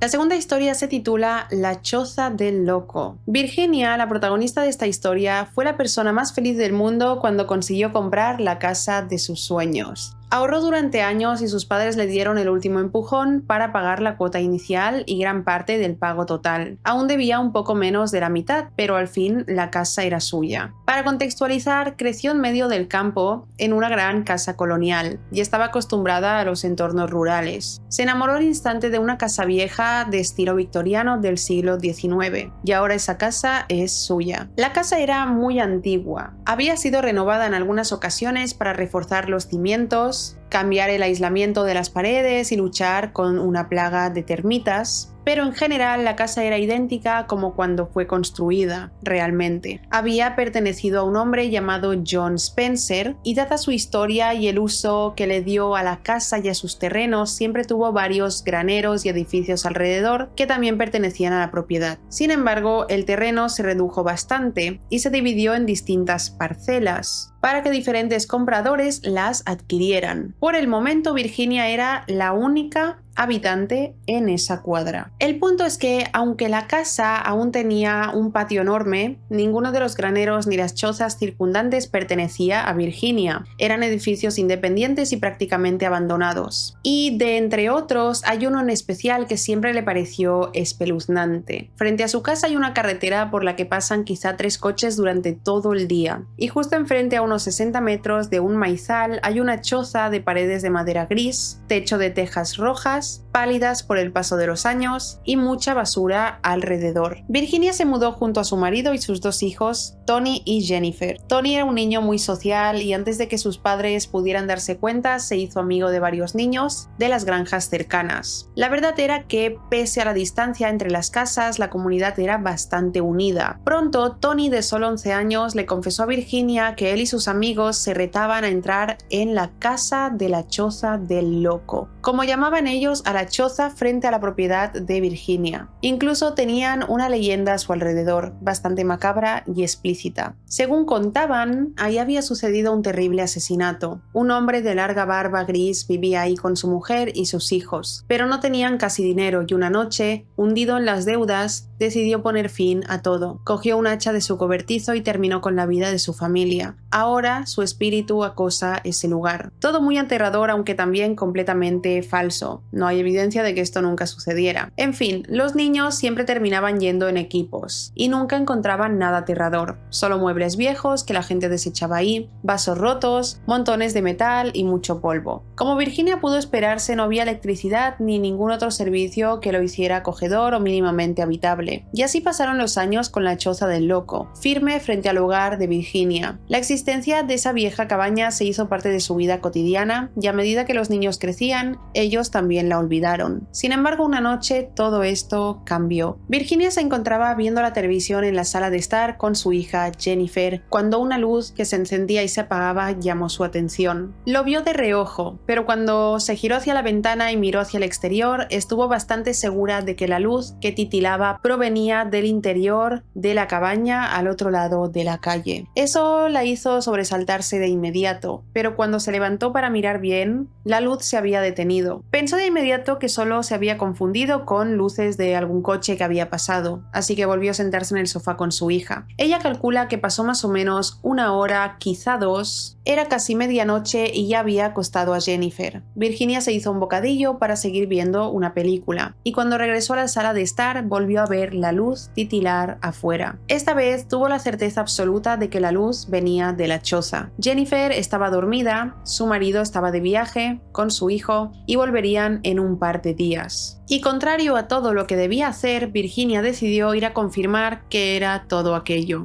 Y así, armada con un cuchillo, una linterna y un fuerte carácter, se aventuró hacia la noche, tan temeraria como cuando era una jovencita en su pueblo natal. Al acercarse a la carretera, la luz se apagó, y en ese momento Virginia casi se ahoga del susto, al sentir que aquello se debía a que la habían visto. Sin embargo, tenía que averiguar qué demonios estaba pasando. Llegó a la entrada de la choza, que no tenía puerta desde hacía varios años, y se asomó al interior lentamente. Su linterna escaneaba la habitación en busca de alguna señal de vida, pero no veía nada más que muebles rotos y suciedad. Virginia escaneó con cuidado un lado y otro de la choza hasta que su luz, al fin, iluminó la esquina que estaba junto a la puerta. Lo que sucedió después nunca lo olvidará. A 1,5 metros de ella, junto a la puerta de la choza, había un viejo sillón reclinable destartalado, que su esposo había tirado allí para su posterior eliminación. Lo iluminó al escucharlo chillar, y al hacerlo,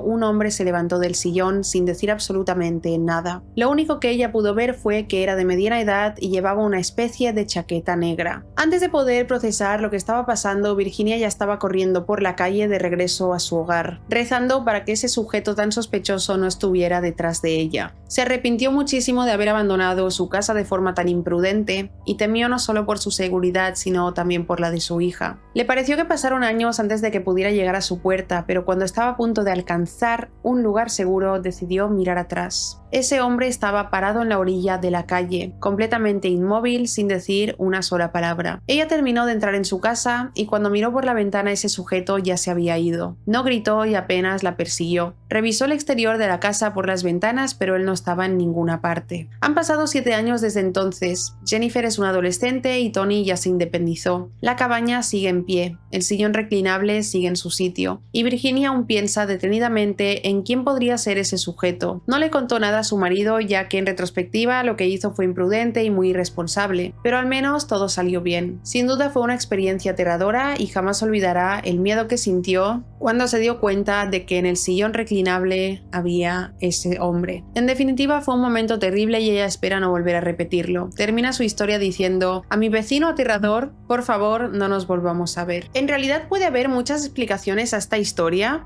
Podía ser una persona random que estaba paseando por ahí y decidió entrar a esa choza a, yo qué sé, a reflexionar, a pensar lo que fuera. Lo que es muy raro es que ella entrara en la choza y él no le dijera hola, perdona, tal, soy tal, no te asustes, ¿sabéis? Es como que muy extraño su comportamiento. No decir nada hasta que ella se dio cuenta de que estaba ahí y de todos modos tampoco dijo nada. La verdad es que debe ser una situación que te debe parar el corazón en ese segundo.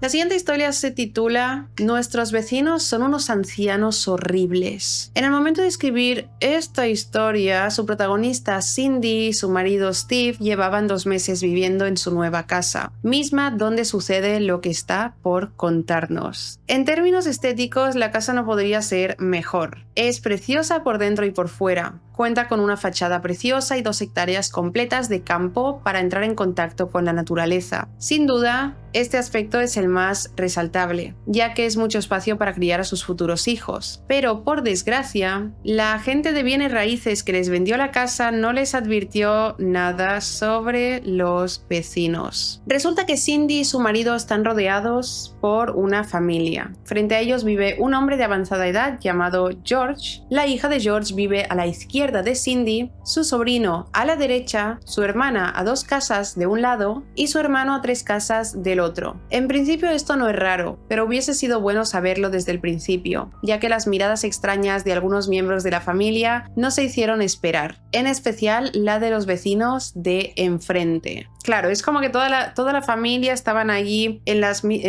todos siendo vecinos en las casas de alrededor y de repente llegan unos que a lo mejor estos pensaban, pues esta será la casa de la nieta y ahora nos lo han estropeado estos nuevos vecinos. Así que quizá podemos ver por dónde van las cosas. No sé si ese sería el motivo, pero cuenta que George tiene 82 años, pero fácilmente aparenta 60 y también actúa más joven de lo que es. Además, y por desgracia, George es por mucho la persona más racista y sexista que Cindy y Steve han conocido en toda su vida. Steve es afroamericano y al parecer en la cabeza de ese hombre esta es la razón suficiente para dirigirle miradas despectivas que harían sentir incómoda a cualquier persona. A apenas una semana después de mudarse, a George le tocó la puerta a Cindy y le dijo que ella y su esposo entre comillas tenían que cortar el césped cada 5 días, cosa que por supuesto no tenía ningún tipo de sentido. No tenía sentido porque esta zona que George quería que cortaran el césped cada 5 días era una tierra de cultivo que no estaba asociada con ningún propietario y el jardín de Cindy es un campo de heno que ella y Steve están empacando para vender. Sin embargo, George no solo era sexista y racista, sino también prepotente, y cuando Cindy intentó contestarle, él puso una mano frente a su cara para que se callara y le informó que si acaso llegaba a necesitar algo no debería dirigirse a él directamente, sino a su mujer Magda, ya que con ella seguro que se entendería mejor. Como si aquello no hubiera dejado suficientemente aturdida a Cindy, George le dio la espalda, pero antes de irse le dijo que debería dejarse crecer el pelo para parecer más maternal y femenina. Y ahí se quedó Cindy boquiabierta, atribuyendo su actitud a la edad o a alguna especie de enfermedad mental causada por los años. Obviamente ignoraron la petición de George de cortar el césped y días después de repente vuelven a llamar a la puerta. Un señor se presentó como vecino de la misma calle. Tenía cierto parecido con George, aunque parecía un poco más joven, tal vez tenía unos 50 años. Después de saludar a Cindy, pero sin llegar a presentarse, le dio una Biblia y le explicó que todos en la calle asisten a cierta iglesia. Su sonrisa era enorme, pero todo en su lenguaje corporal lo delataba como un mentiroso y alguien en que no se debería confiar. De repente se giró y de nuevo, antes de que Cindy pudiera decirle que era católica y pudiera devolverle su Biblia,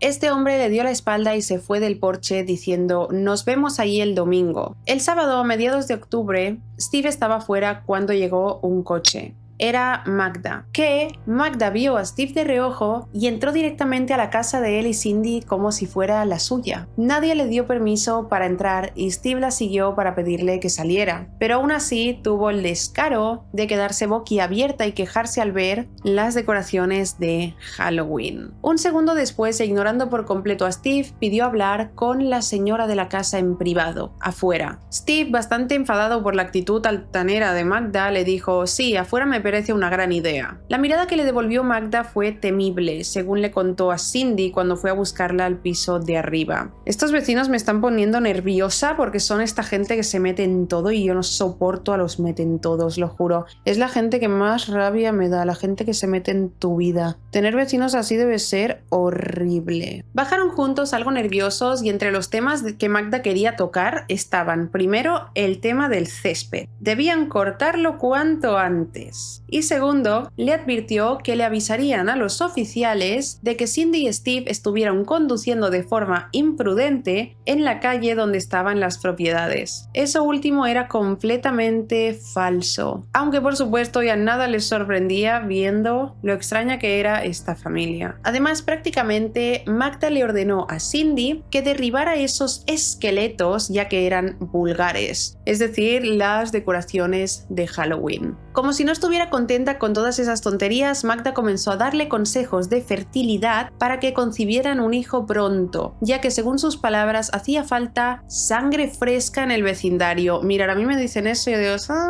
eso es una secta. Una secta, sangre fresca. De pronto Magda se quedó en silencio, mirando disimuladamente a Steve. Aquello era el colmo. La cortesía y los modales sureños que siempre limitaron a Cindy se fueron por la borda mucho tiempo atrás, así que de inmediato le dijo que podía irse por donde había llegado y que no volviera a tocar la puerta de su casa, cosa que cabe recordar no hizo. Entró directamente, o sea, en ningún momento tocó la puerta de su casa, simplemente entró. Sin embargo, Magda parecía impasible ante la solicitud e insistió en que debía verse y comportarse de forma más femenina. En ese momento Steve con tono firme le dijo: vete o llamo a la policía, y al fin Magda resopló y se fue. Durante las siguientes semanas, George y Magda no han parado de mirar fijamente a Steve y a Cindy. Afortunadamente, el resto de la familia, excepto el hermano de George, el que le llevó la Biblia a casa a Cindy, se comporta de forma más o menos normal, excusando a George como un viejo terco pero amable. El hermano de George les ha dejado cartas escritas a mano en el correo cada semana desde el primer domingo, con cosas como: hola Cindy, te extrañamos en la iglesia este domingo, tienes que estar allí esta semana, es tu deber como buena cristiana. Estoy segura de que este lugar son una secta, por eso quieren sangre fresca y no van a la iglesia sino a una reunión sectaria. Cindy y Steve ya fueron a la policía, pero según sus palabras, solo es una comisaría de mierda llena de policías inútiles que no saben hacer su trabajo. Por momentos la pareja se siente atrapada, rodeados de un montón de vecinos extraños y sospechosos, y temen el día en que ese comportamiento empiece a escalar. Es como si estuvieran en una de las películas de Wrong Turn, saga de películas de terror, que la original va de un grupo de personas que quedan atrapadas en un bosque en el estado de Virginia, donde son perseguidas por un grupo de caníbales. Cindy ama su casa, pero definitivamente sus vecinos son raros y espeluznantes. Por eso termina su historia diciendo: vecinos espeluznantes, dejemos de encontrarnos.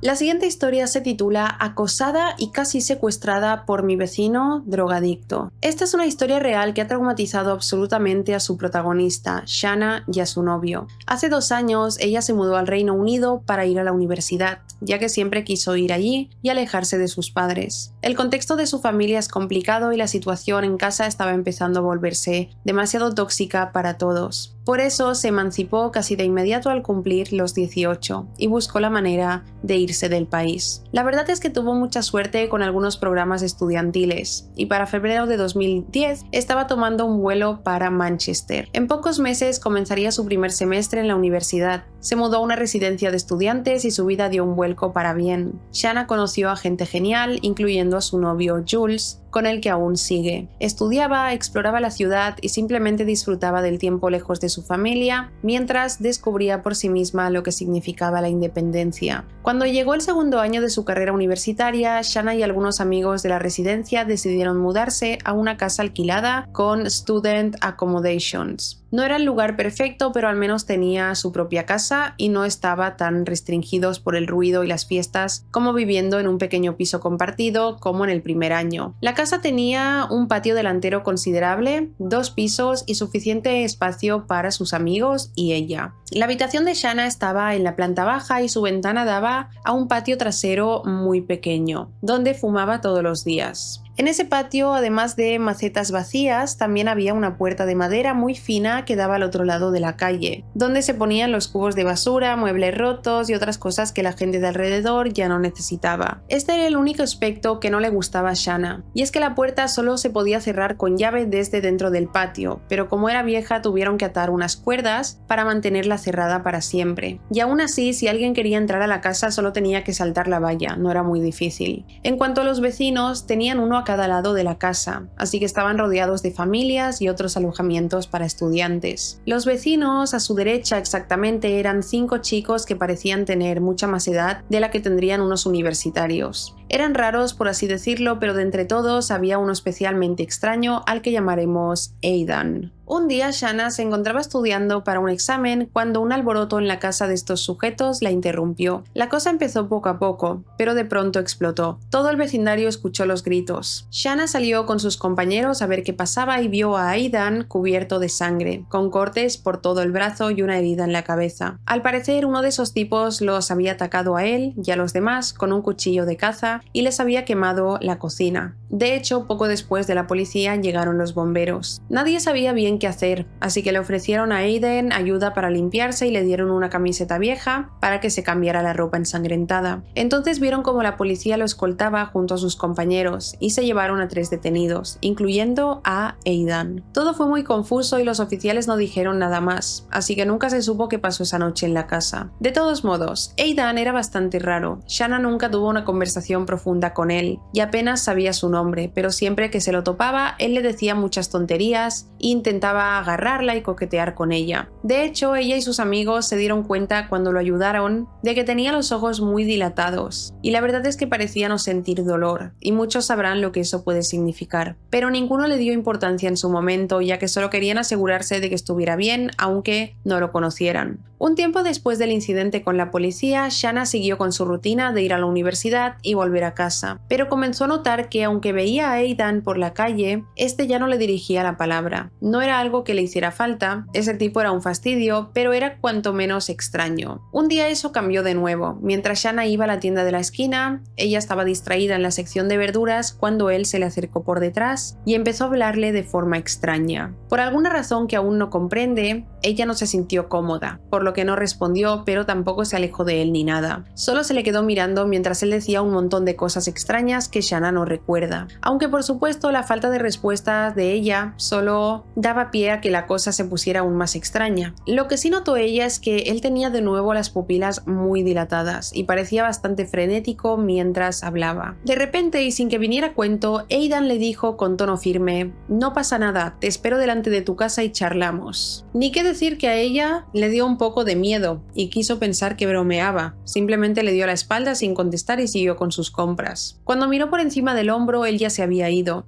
Terminó sus compras como si nada para volver, pero al girar hacia la calle donde estaba su casa, lo vio con uno de sus compañeros de piso sentado en la puerta esperándola. Shanna entró en pánico y volvió corriendo a la tienda de la esquina deseando con todas sus fuerzas que no la hubiesen visto. De inmediato llamó a todos sus compañeros de piso para preguntar si alguno estaba dentro de casa, para que así abriera la puerta y los echara de ahí. Sin embargo, todos estaban fuera trabajando o en la universidad. Ella no podía enfrentarlos, estaba aterrada, así que tuvo que esperar una hora completa hasta que se fueron. En cuanto vio que la puerta de la casa estaba vacía, entró corriendo y cerró con llave. Después de ese encuentro ya bastante aterrador, Shanna intentó evitarlo, y lo consiguió durante un tiempo. Pero un día, mientras salía al patio trasero para fumarse un cigarro, se dio cuenta de que la puerta de madera, que siempre estaba cerrada por cuerdas, estaba abierta y las cuerdas estaban cortadas. Por alguna razón no le dio importancia, asumiendo que las cuerdas quizás estaban deterioradas y se rompieron, o que alguno de sus compañeros lo hizo por alguna extraña extraña razón. Simplemente fue al desván, cogió cuerdas que habían sobrado de la última vez y volvió a cerrar la puerta. A todo esto habían pasado 1 o 2 meses desde el incidente con la policía. Los vecinos raros a menudo gritaban y peleaban en su casa, pero nunca algo tan grave como aquella noche. Sin embargo, era una molestia ya que despertaban a Shanna y a sus compañeros a mitad de la noche con sus trifulcas y disputas por convivencia. Empezaron a poner atención y los motivos de las peleas siempre eran extraños y estúpidos. Iban desde ¿dónde dejaste mi mantequilla de afeitar? Hasta ¿has cambiado el canal mientras yo iba al baño? Eran disputas muy estúpidas e innecesarias. Pero después de un tiempo todos se acostumbraron a este ruido. Sin embargo, una noche Jules se quedó a dormir. Él ya había ido a casa en varias ocasiones y nunca se despertaba por los ruidos ya que tiene el sueño muy pesado. Pero esta vez fue diferente. Se despertó en mitad de la noche por un golpe y unos susurros. Shanna dormía profundamente, así que él la despertó en silencio, y los dos esperaron en la oscuridad de su habitación, atentos a cualquier otro ruido. De repente escucharon un golpe seco y el crujir de la puerta de madera del patio al abrirse. Un segundo después escucharon pasos junto a la ventana de la habitación. Shanna siempre tenía la ventana abierta porque hacía mucho calor dentro, así que se quedaron paralizados, ya que solo una cortina los separaba de unos posibles intrusos, ladrones o quién sabe qué. Lo único cierto es que ambos estaban listos para salir de la habitación corriendo si acaso entraban por la ventana. De repente, Shanna escuchó cómo la ventana se movía y se abría un poco más. Y uno de los intrusos dijo algo en otro idioma que ni Jules ni ella entendieron. Intentaron entrar y en ese momento Shanna y su novio saltaron de la cama, ella cogió su móvil y en pijama salieron corriendo del cuarto. Llamó a la policía de inmediato mientras Jules avisaba a todos los compañeros que alguien había entrado en la casa. Todos se encerraron en la habitación más grande y por fortuna la policía llegó en menos de 5 minutos, ya que la comisaría estaba a 3 calles de la casa. Por desgracia, Shanna no recuerda prácticamente nada después de que llamara a la policía. Ella y Jules estaban en shock. Lo que sí que sabe es que atraparon a un tipo, que por supuesto era Aidan, bajo los efectos de la cocaína. Su cómplice huyó, pero lo encontraron unas calles más allá, inhalando cocaína. Ambos estaban equipados con cuchillos, cuerda y cinta adhesiva, y al parecer el compañero de Aidan confesó que el plan era entrar a la habitación de Shanna y secuestrarla. La policía entró en la casa de estos bichos raros y encontraron mucha metanfetamina, heroína y cocaína. Shanna estaba muy confundida. ¿Por qué a ella? Nunca había ofendido ni le había hecho nada malo a sus vecinos, así que la idea de que entraran a secuestrarla con quién sabe qué intenciones y cuchillos de caza no tenía sentido. Ella y su novio estaban aterrorizados y aún a día de hoy ambos se despiertan con miedo cuando escuchan el más mínimo ruido por la noche. El lado positivo es que ambos sujetos, Aidan y su cómplice, fueron arrestados de inmediato. Aidan fue condenado a 5 años de cárcel por portar un arma con intención de hacer daño. Nunca más se supo algo de él y Shanna volvió a Estados Unidos unos meses después. Ahora mismo Shanna y Jules siguen lidiando con eso y les resulta difícil superarlo. Siempre están preguntándose qué hubiese pasado si Jules, la persona con el sueño más pesado que conocen, no se hubiera despertado. Sin duda fue muy buena suerte, o tal vez simplemente no era la hora de Shanna.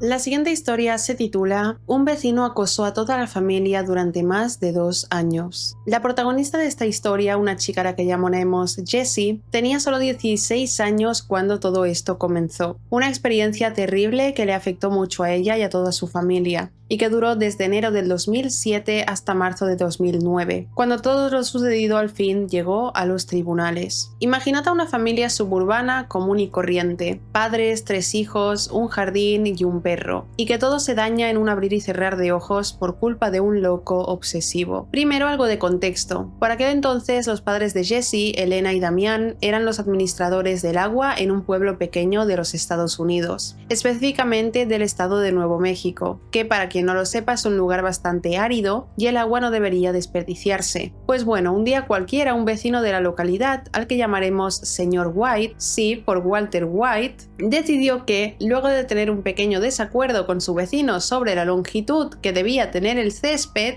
la mejor forma de enmendar las cosas era tomar las mangueras que tenía e inundar el jardín de su vecino. Esa acertada decisión trajo consigo una acertada consecuencia que el señor White no vio venir en su arrebato de ira. Y es que, por supuesto, Elena y Damián lo multaron por derrochar agua. Era su responsabilidad como empleados públicos. Pero el señor White no lo vio de esa manera, y lo que ellos no sabían al multarlo era que ese pintoresco personaje de la localidad vivía tan solo a una cuadra de ellos. años. Eso no hubiese cambiado la decisión que tomaron, pero sin duda sería un factor importante de ahí en adelante. Una tarde, 5 de enero exactamente, el señor White decidió que era una excelente idea presentarse en la oficina donde trabajaban Damián, Elena y otros empleados públicos, gritando como un loco que era amigo de Damián y que debían levantarle la multa, cosa que era mentira. La realidad es que nunca lo conocieron ni sabían su nombre, si acaso lo vieron un par de veces. Les sorprendió descubrir que ese hombre sabía sus nombres y sabía dónde trabajaban. Empezó a exigir un trato especial y, a decir verdad, a nadie le gustó que ese hombre llegara a dejar caer nombres como si fuera el mejor amigo del gobernador. Damián salió de su oficina en ese momento y le dijo al señor White que debía asumir su multa y marcharse, ya que incluso si sus propios hijos hubiesen hecho eso, sufrirían las mismas consecuencias, omitiendo con elegancia el hecho de que ni siquiera sabían dónde vivía hasta ese momento, y salvo quizás por haberse cruzado en coche, ningún miembro de la familia había interactuado nunca con el señor White. Es parte de un trabajo gubernamental, no era extraño que le sucediera algo así a él o a cualquier otra persona, pero el señor White se lo tomó de manera rencorosa, y dijo el nombre de Damián en voz alta antes de afirmar con rabia que ahora era personal, antes de salir furioso de la oficina. Al principio aquello fue una anécdota graciosa y extraña, hasta que poco a poco todos los miembros de la familia empezaron a ver al señor White constantemente y en lugares al azar. El departamento de vehículos motorizados, el supermercado, el trabajo de tiempo medio de Jesse, los alrededores de la oficina de sus padres y, lo más aterrador, la secundaria donde iban los hermanos menores de Jesse. Al parecer, cuando estás loco, el gobierno te paga una indemnización por ser veterano de guerra y no tienes que pagar alquiler. Te quedan un montón de tiempo para acechar a las personas. Así lo describe Jesse. Por desgracia, las cosas no se detuvieron con los avistamientos casuales en el vecindario ya fuera de la casa. Así que el señor White pasó a hacer llamadas telefónicas anónimas siguiendo el cliché de las películas de terror de los 90. Llamar, respirar fuerte, colgar o decir "te veo" con voz amenazante antes de colgar. Jesse admite que vivirlo es más aterrador que verlo en una película. Estoy completamente de acuerdo, debe ser aterrador. En ese momento el señor White era más una molestia que un susto para Damián, pero el resto de la familia estaba bastante nerviosa. Y para sorpresa de nadie, el padre de Jesse estaba subestimando la locura de ese hombre calvo y extraño. Empezó a aparcar frente a la casa, quedándose ahí, mirándolos desde las 6 de la tarde hasta las 4 de la mañana. Siempre estaba ahí sentado en su coche y con la música a todo volumen, sin despegar sus ojos de las ventanas y la puerta. Jesse recuerda haber pensado que ese idiota debía tener la determinación y la vejiga de un caballo de carreras, porque ¿quién demonios puede permanecer durante 8 horas seguidas escuchando música durante todo ese tiempo y sin siquiera ir al baño? Quizá era masoquista y le gustaba hacerse daño, viendo cuánto tiempo podía soportar esa tortura autoimpuesta antes de tener que irse a dormir. Quizá es imposible saberlo. Eso pasó de 3 a 4 veces por semana durante un tiempo. Nadie se sentía cómodo en la casa, ni siquiera podían cambiarse de ropa tranquilos, ya que existía la posibilidad de que ese hombre estuviera viéndolos a través de las persianas. Intentar dormir sabiendo que el señor White estaba allá afuera era una pesadilla, y poco a poco todos se convirtieron en prisioneros dentro de su propia casa. Sin embargo, aquello estaba lejos de terminar. Poco a poco el señor White empezó a volverse más atrevido. Condujo su coche a toda velocidad y se subió a la acera contra la hermana de Jesse y su pareja mientras regresaban de una cita. Ambos tuvieron que apartarse de un salto para evitar ser atropellados. Luego le hizo gestos lascivos a Jesse cuando sacó a pasear a su perro. Fue tan terrible que terminó llorando y metiéndose en la casa. Esto ya llevaba un año ocurriendo. La policía siempre decía lo mismo: no podemos hacer nada a menos que haya una amenaza contra ti o alguien resulte herido. Damián y Elena confrontaron al señor White en la calle después del incidente de los gestos lascivos. Estaban cansados de sus tonterías y le preguntaron qué creía que estaba haciendo. El señor White, de la forma más cínica que había, llamó a la policía y los acusó de haberlo estado acosando. La policía, incompetente por supuesto, fue a casa a preguntarles por qué Damián y Elena lo acosaban y amenazaban. Ningún miembro de la familia entenderá nunca por qué el sistema espera que seas víctima en lugar de evitar que alguien lo sea. Es decir, el señor White debía matar a alguien para que pudieran hacer algo. Es muy fuerte. Casi 2 años después, en Navidad, Damián tuvo un aneurisma cerebral. Por suerte, sobrevivió sin secuelas, lo cual cual es extremadamente raro. Sin embargo, todavía necesitaba hospitalización y muchos cuidados, pero Jesse logró convencer a Elena para que fuera a casa, se duchara y comiera. Sobre las 9 de la noche llamaron a la puerta de casa. Jesse abrió la puerta y un hombre desconocido con ropa andrajosa la esperaba al otro lado, con un regalo de Navidad en la mano. Eso le generó mucha desconfianza, mientras ese hombre le decía que estaba allí para entregárselo a la familia. Le preguntaron quién lo envió y solo dijo que le pagaron para traer el regalo. No sabía quién lo envió. Obviamente se sintieron muy incómodos y no querían recibirlo, pero el sujeto tiró la caja dentro y se marchó sin más. Después de discutirlo bastante, decidieron abrir el regalo y ver qué era. Dentro, en lugar de una cabeza cercenada o algo aterrador, había un documento de 17 páginas con los motivos por los que el señor White demandaba a Damián, que en ese momento estaba hospitalizado. Incluso Jesse, que no sabe absolutamente nada de derecho, se dio cuenta de que ese documento era falso, con muchos errores gramaticales, tipográficos, y tenía el peso legal de un berrinche. El señor White se tomó el tiempo de escribirlo él mismo pensando que los intimidaría.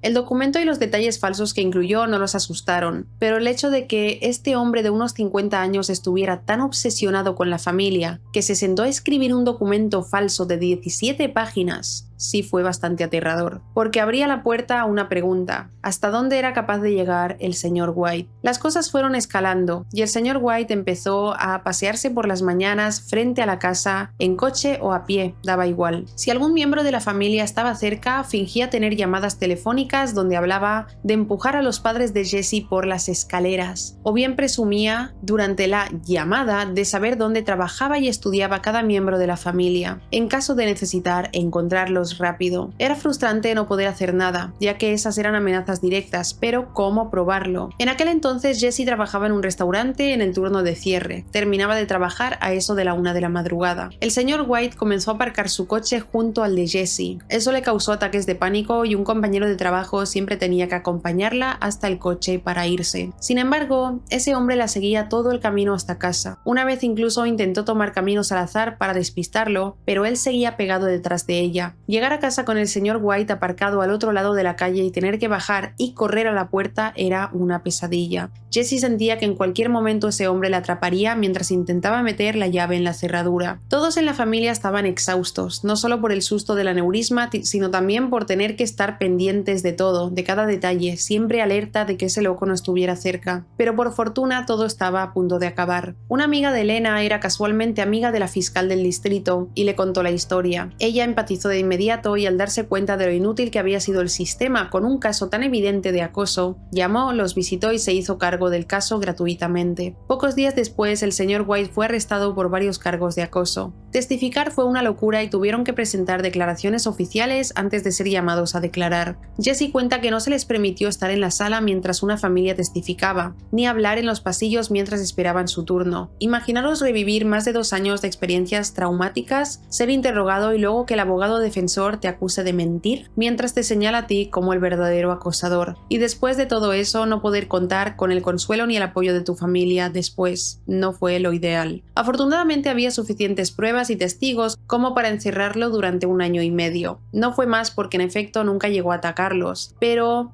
al menos pagaría por el acoso que sufrieron. Además le impusieron una orden de alejamiento por un delito grave con cada miembro de la familia, por lo que si lo atrapaban, cerca de alguno volvería a la cárcel. No hizo falta usar la orden de alejamiento ya que la familia se mudó mientras él estaba en prisión. Por desgracia, el dolor de esta familia no se detuvo aquí, ya que la hermana menor de Jesse, de solo 17 años, murió mientras él estaba en prisión. Cuando salió de la cárcel 1 año y medio después, intentó demandar a los herederos de ella, afirmando que el testimonio de la hermana de Jesse era falso y que fue la única razón por la que lo encerraron, y que tenía derecho a recibir el dinero que gente donó a un GoFundMe por el accidente que terminó con su vida. Cabe destacar que la hermana de Jesse no tenía herederos, y el caso del señor White no llegó a ninguna parte. Hay muchos más detalles, pero al menos ese hombre ha desaparecido de sus vidas, así que la historia termina con este mensaje. Señor White, nos tuviste prisioneros en casa durante años. Claramente sigues siendo el mismo y no has aprendido nada de tu encierro. Púdrete donde quiera que estés y no nos volvamos a encontrar.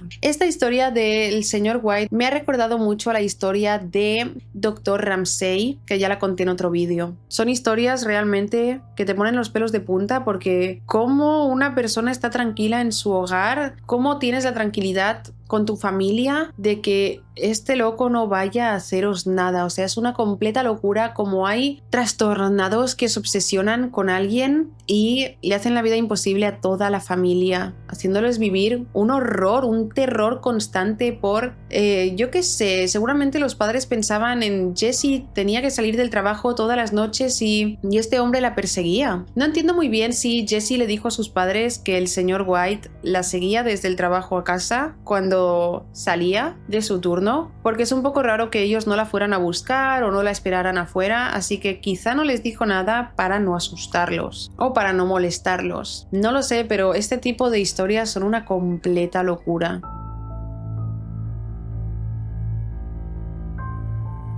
La última historia de hoy se llama El hijo psicópata de mi vecino. Esta historia sucedió en el 2011, cuando su protagonista, una chica a la que llamaremos María, tenía unos 12 años. En aquel entonces su familia se mudó a un vecindario más cercano a la casa de su abuela. Se adaptó realmente rápido, aunque sus padres le prohibieron juntarse con alguien específico, un joven de la cuadra al que llamaremos Ángel. Pronto veremos que su nombre no tenía nada que ver con su personalidad. A veces lo veía a lo lejos cruzando la calle y cosas así. Parecía un chico normal de unos 15 años, al igual que el hermano de María, Eric. Tenía el cabello rubio y ojos verdes, pero nada que lo delatara como un bicho raro. En una ocasión a mediados del verano, toda la familia se reunió en casa de la abuela para hacer una parrillada, algo que hacían muy a menudo por aquel entonces. Decidieron inflar la piscina en el patio trasero, y ella, sus primos y Eric se metieron en ella. Estaban jugando y pasándolo bastante bien, cuando Ángel de repente se subió a la cerca para hablar con todos ellos. En ese momento todo el mundo estaba distraído con la parrillada y los chicos olvidaron la regla que les pusieron sus padres sobre Ángel. Todos se divirtieron y bromearon con él. Empezaron a charlar y los primos le preguntaron si quería acompañarlos. A los padres de María no les hizo ninguna gracia, pero estaban en casa de la abuela y ella dio el visto bueno. Así que Ángel dio la vuelta y empezó a participar en la fiesta. Todo iba genial hasta que los primos y Eric entraron a ayudar con algo. Ella se puso realmente nerviosa cuando se fueron, ya que de repente el jardín se quedó solo. María cuenta que es una persona con ansiedad social y estaba completamente sola con un chico que prácticamente era un desconocido para ella y del cual encima le habían advertido que no se acercara a él. De repente Ángel, que se estuvo portando como un chico genial y amigable, se convirtió en un imbécil. Empezó a insultarla con una sonrisa descarada en su rostro. María pensó que solo estaba bromeando, así que le devolvió el gesto. Luego empezaron a salpicarse, pero de repente todo escaló y Ángel se puso súper agresivo. La estaba salpicando tanto que no paraba de tragar agua. María se dio la vuelta y le dijo que bajara el ritmo, sin dejar de reírse, pero él no paraba. Al notar que él no se detenía, se puso seria y volvió a decirle que parara. Él paró, pero no por mucho. Mientras María estaba limpiándose los ojos, Ángel agarró un cubo, lo llenó de agua y se lo puso en la cabeza. Ella quiso quitárselo, pero él la empujó. Empezaron a forcejear y ella logró quitarle el cubo mientras le preguntaba que qué le pasaba, bastante molesta. Sin embargo, en lugar de contestar o detenerse, Ángel la agarró y la metió de cabeza bajo el agua. Ella se revolvía intentando alcanzarle la cara para arañarlo, golpearlo, pero el ángulo no le ayudaba y él era mucho más grande. María estuvo a punto de desmayarse cuando al fin se lo quitaron de encima. Ella salió jadeando de la piscina y Eric la llevó hacia él, furioso mientras le preguntaba a Ángel qué demonios estaba haciendo. El pequeño imbécil se rió disimuladamente y dijo que solo estábamos jugando, pero Eric estaba realmente enfadado. La familia salió por los gritos mientras Eric le preguntaba si intentar asesinar a su hermana era un juego para él, y antes de que algún adulto pudiera intervenir, Ángel sangraba por la nariz, ya que Eric le dio un puñetazo en el tabique. Aunque su nariz sangraba, Ángel no dejó de sonreír de forma burlona, y de no ser por uno de los tíos de María, Eric lo hubiese decapitado en ese momento. El padre de María lo echó de la fiesta, advirtiéndole que no volviera a acercarse a ella y que hablarían seriamente con sus padres, pero Ángel solo se burló y enfadado dijo: «De todas formas, sois aburridos». Horas después, los padres de María fueron a hablar con los de Ángel, pero esos padres lucían agotados e indiferentes. Tenían la actitud de un padre que se ha resignado a que su hijo haga lo que quiera. Ni siquiera les importó que llegara con la nariz sangrando. Poco después, la familia de Ángel se mudó y nunca más volvieron a tratar con él. María está muy agradecida con Eric, ya que básicamente le salvó la vida y la ha ayudado de mil maneras. Ella no sabe dónde estaría sin él. Y en cuanto a por qué sus padres le prohibieron tratar con él desde el principio, se debía a que antes de mudarse ya conocían la fama de Ángel. Pateaba a perros, se metía con las personas y en una ocasión lo atraparon robando en el mini súper de la esquina. Sin embargo, nunca pensaron que llegaría tan lejos y de hecho la abuela lo dejó quedarse porque pensó que solo era un chico solitario que necesitaba una oportunidad, pero quedó demostrado que no. Ángel solo es un psicópata que busca a alguien débil para hacerle daño. Y solo queda esperar que la mudanza lo haya cambiado, porque si no es un asesino en serie en potencia. Estas son todas las historias de hoy. La verdad es que me han resultado muy interesantes. Me gusta a veces traer temas nuevos, siempre historias aterradoras, pero que sean de temáticas diferentes. Así que si os gustaría alguna en especial, si quisierais que traiga otro vídeo de compañeros de piso, aterradores, de lo que sea, podéis dejarlo en comentarios para que busque a ver si hay historias sobre ese tema. Dejad en comentarios qué opináis sobre estas historias. Si tienes alguna historia similar, puedes enviármela en este correo con el asunto encuentro aterrador o encuentro con un extraño para que las pueda diferenciar de las historias paranormales. Si te ha gustado este vídeo, no olvides dejar un me gusta, suscríbete al canal. Gracias por ver mi vídeo y nos vemos en el próximo. ¡Chao!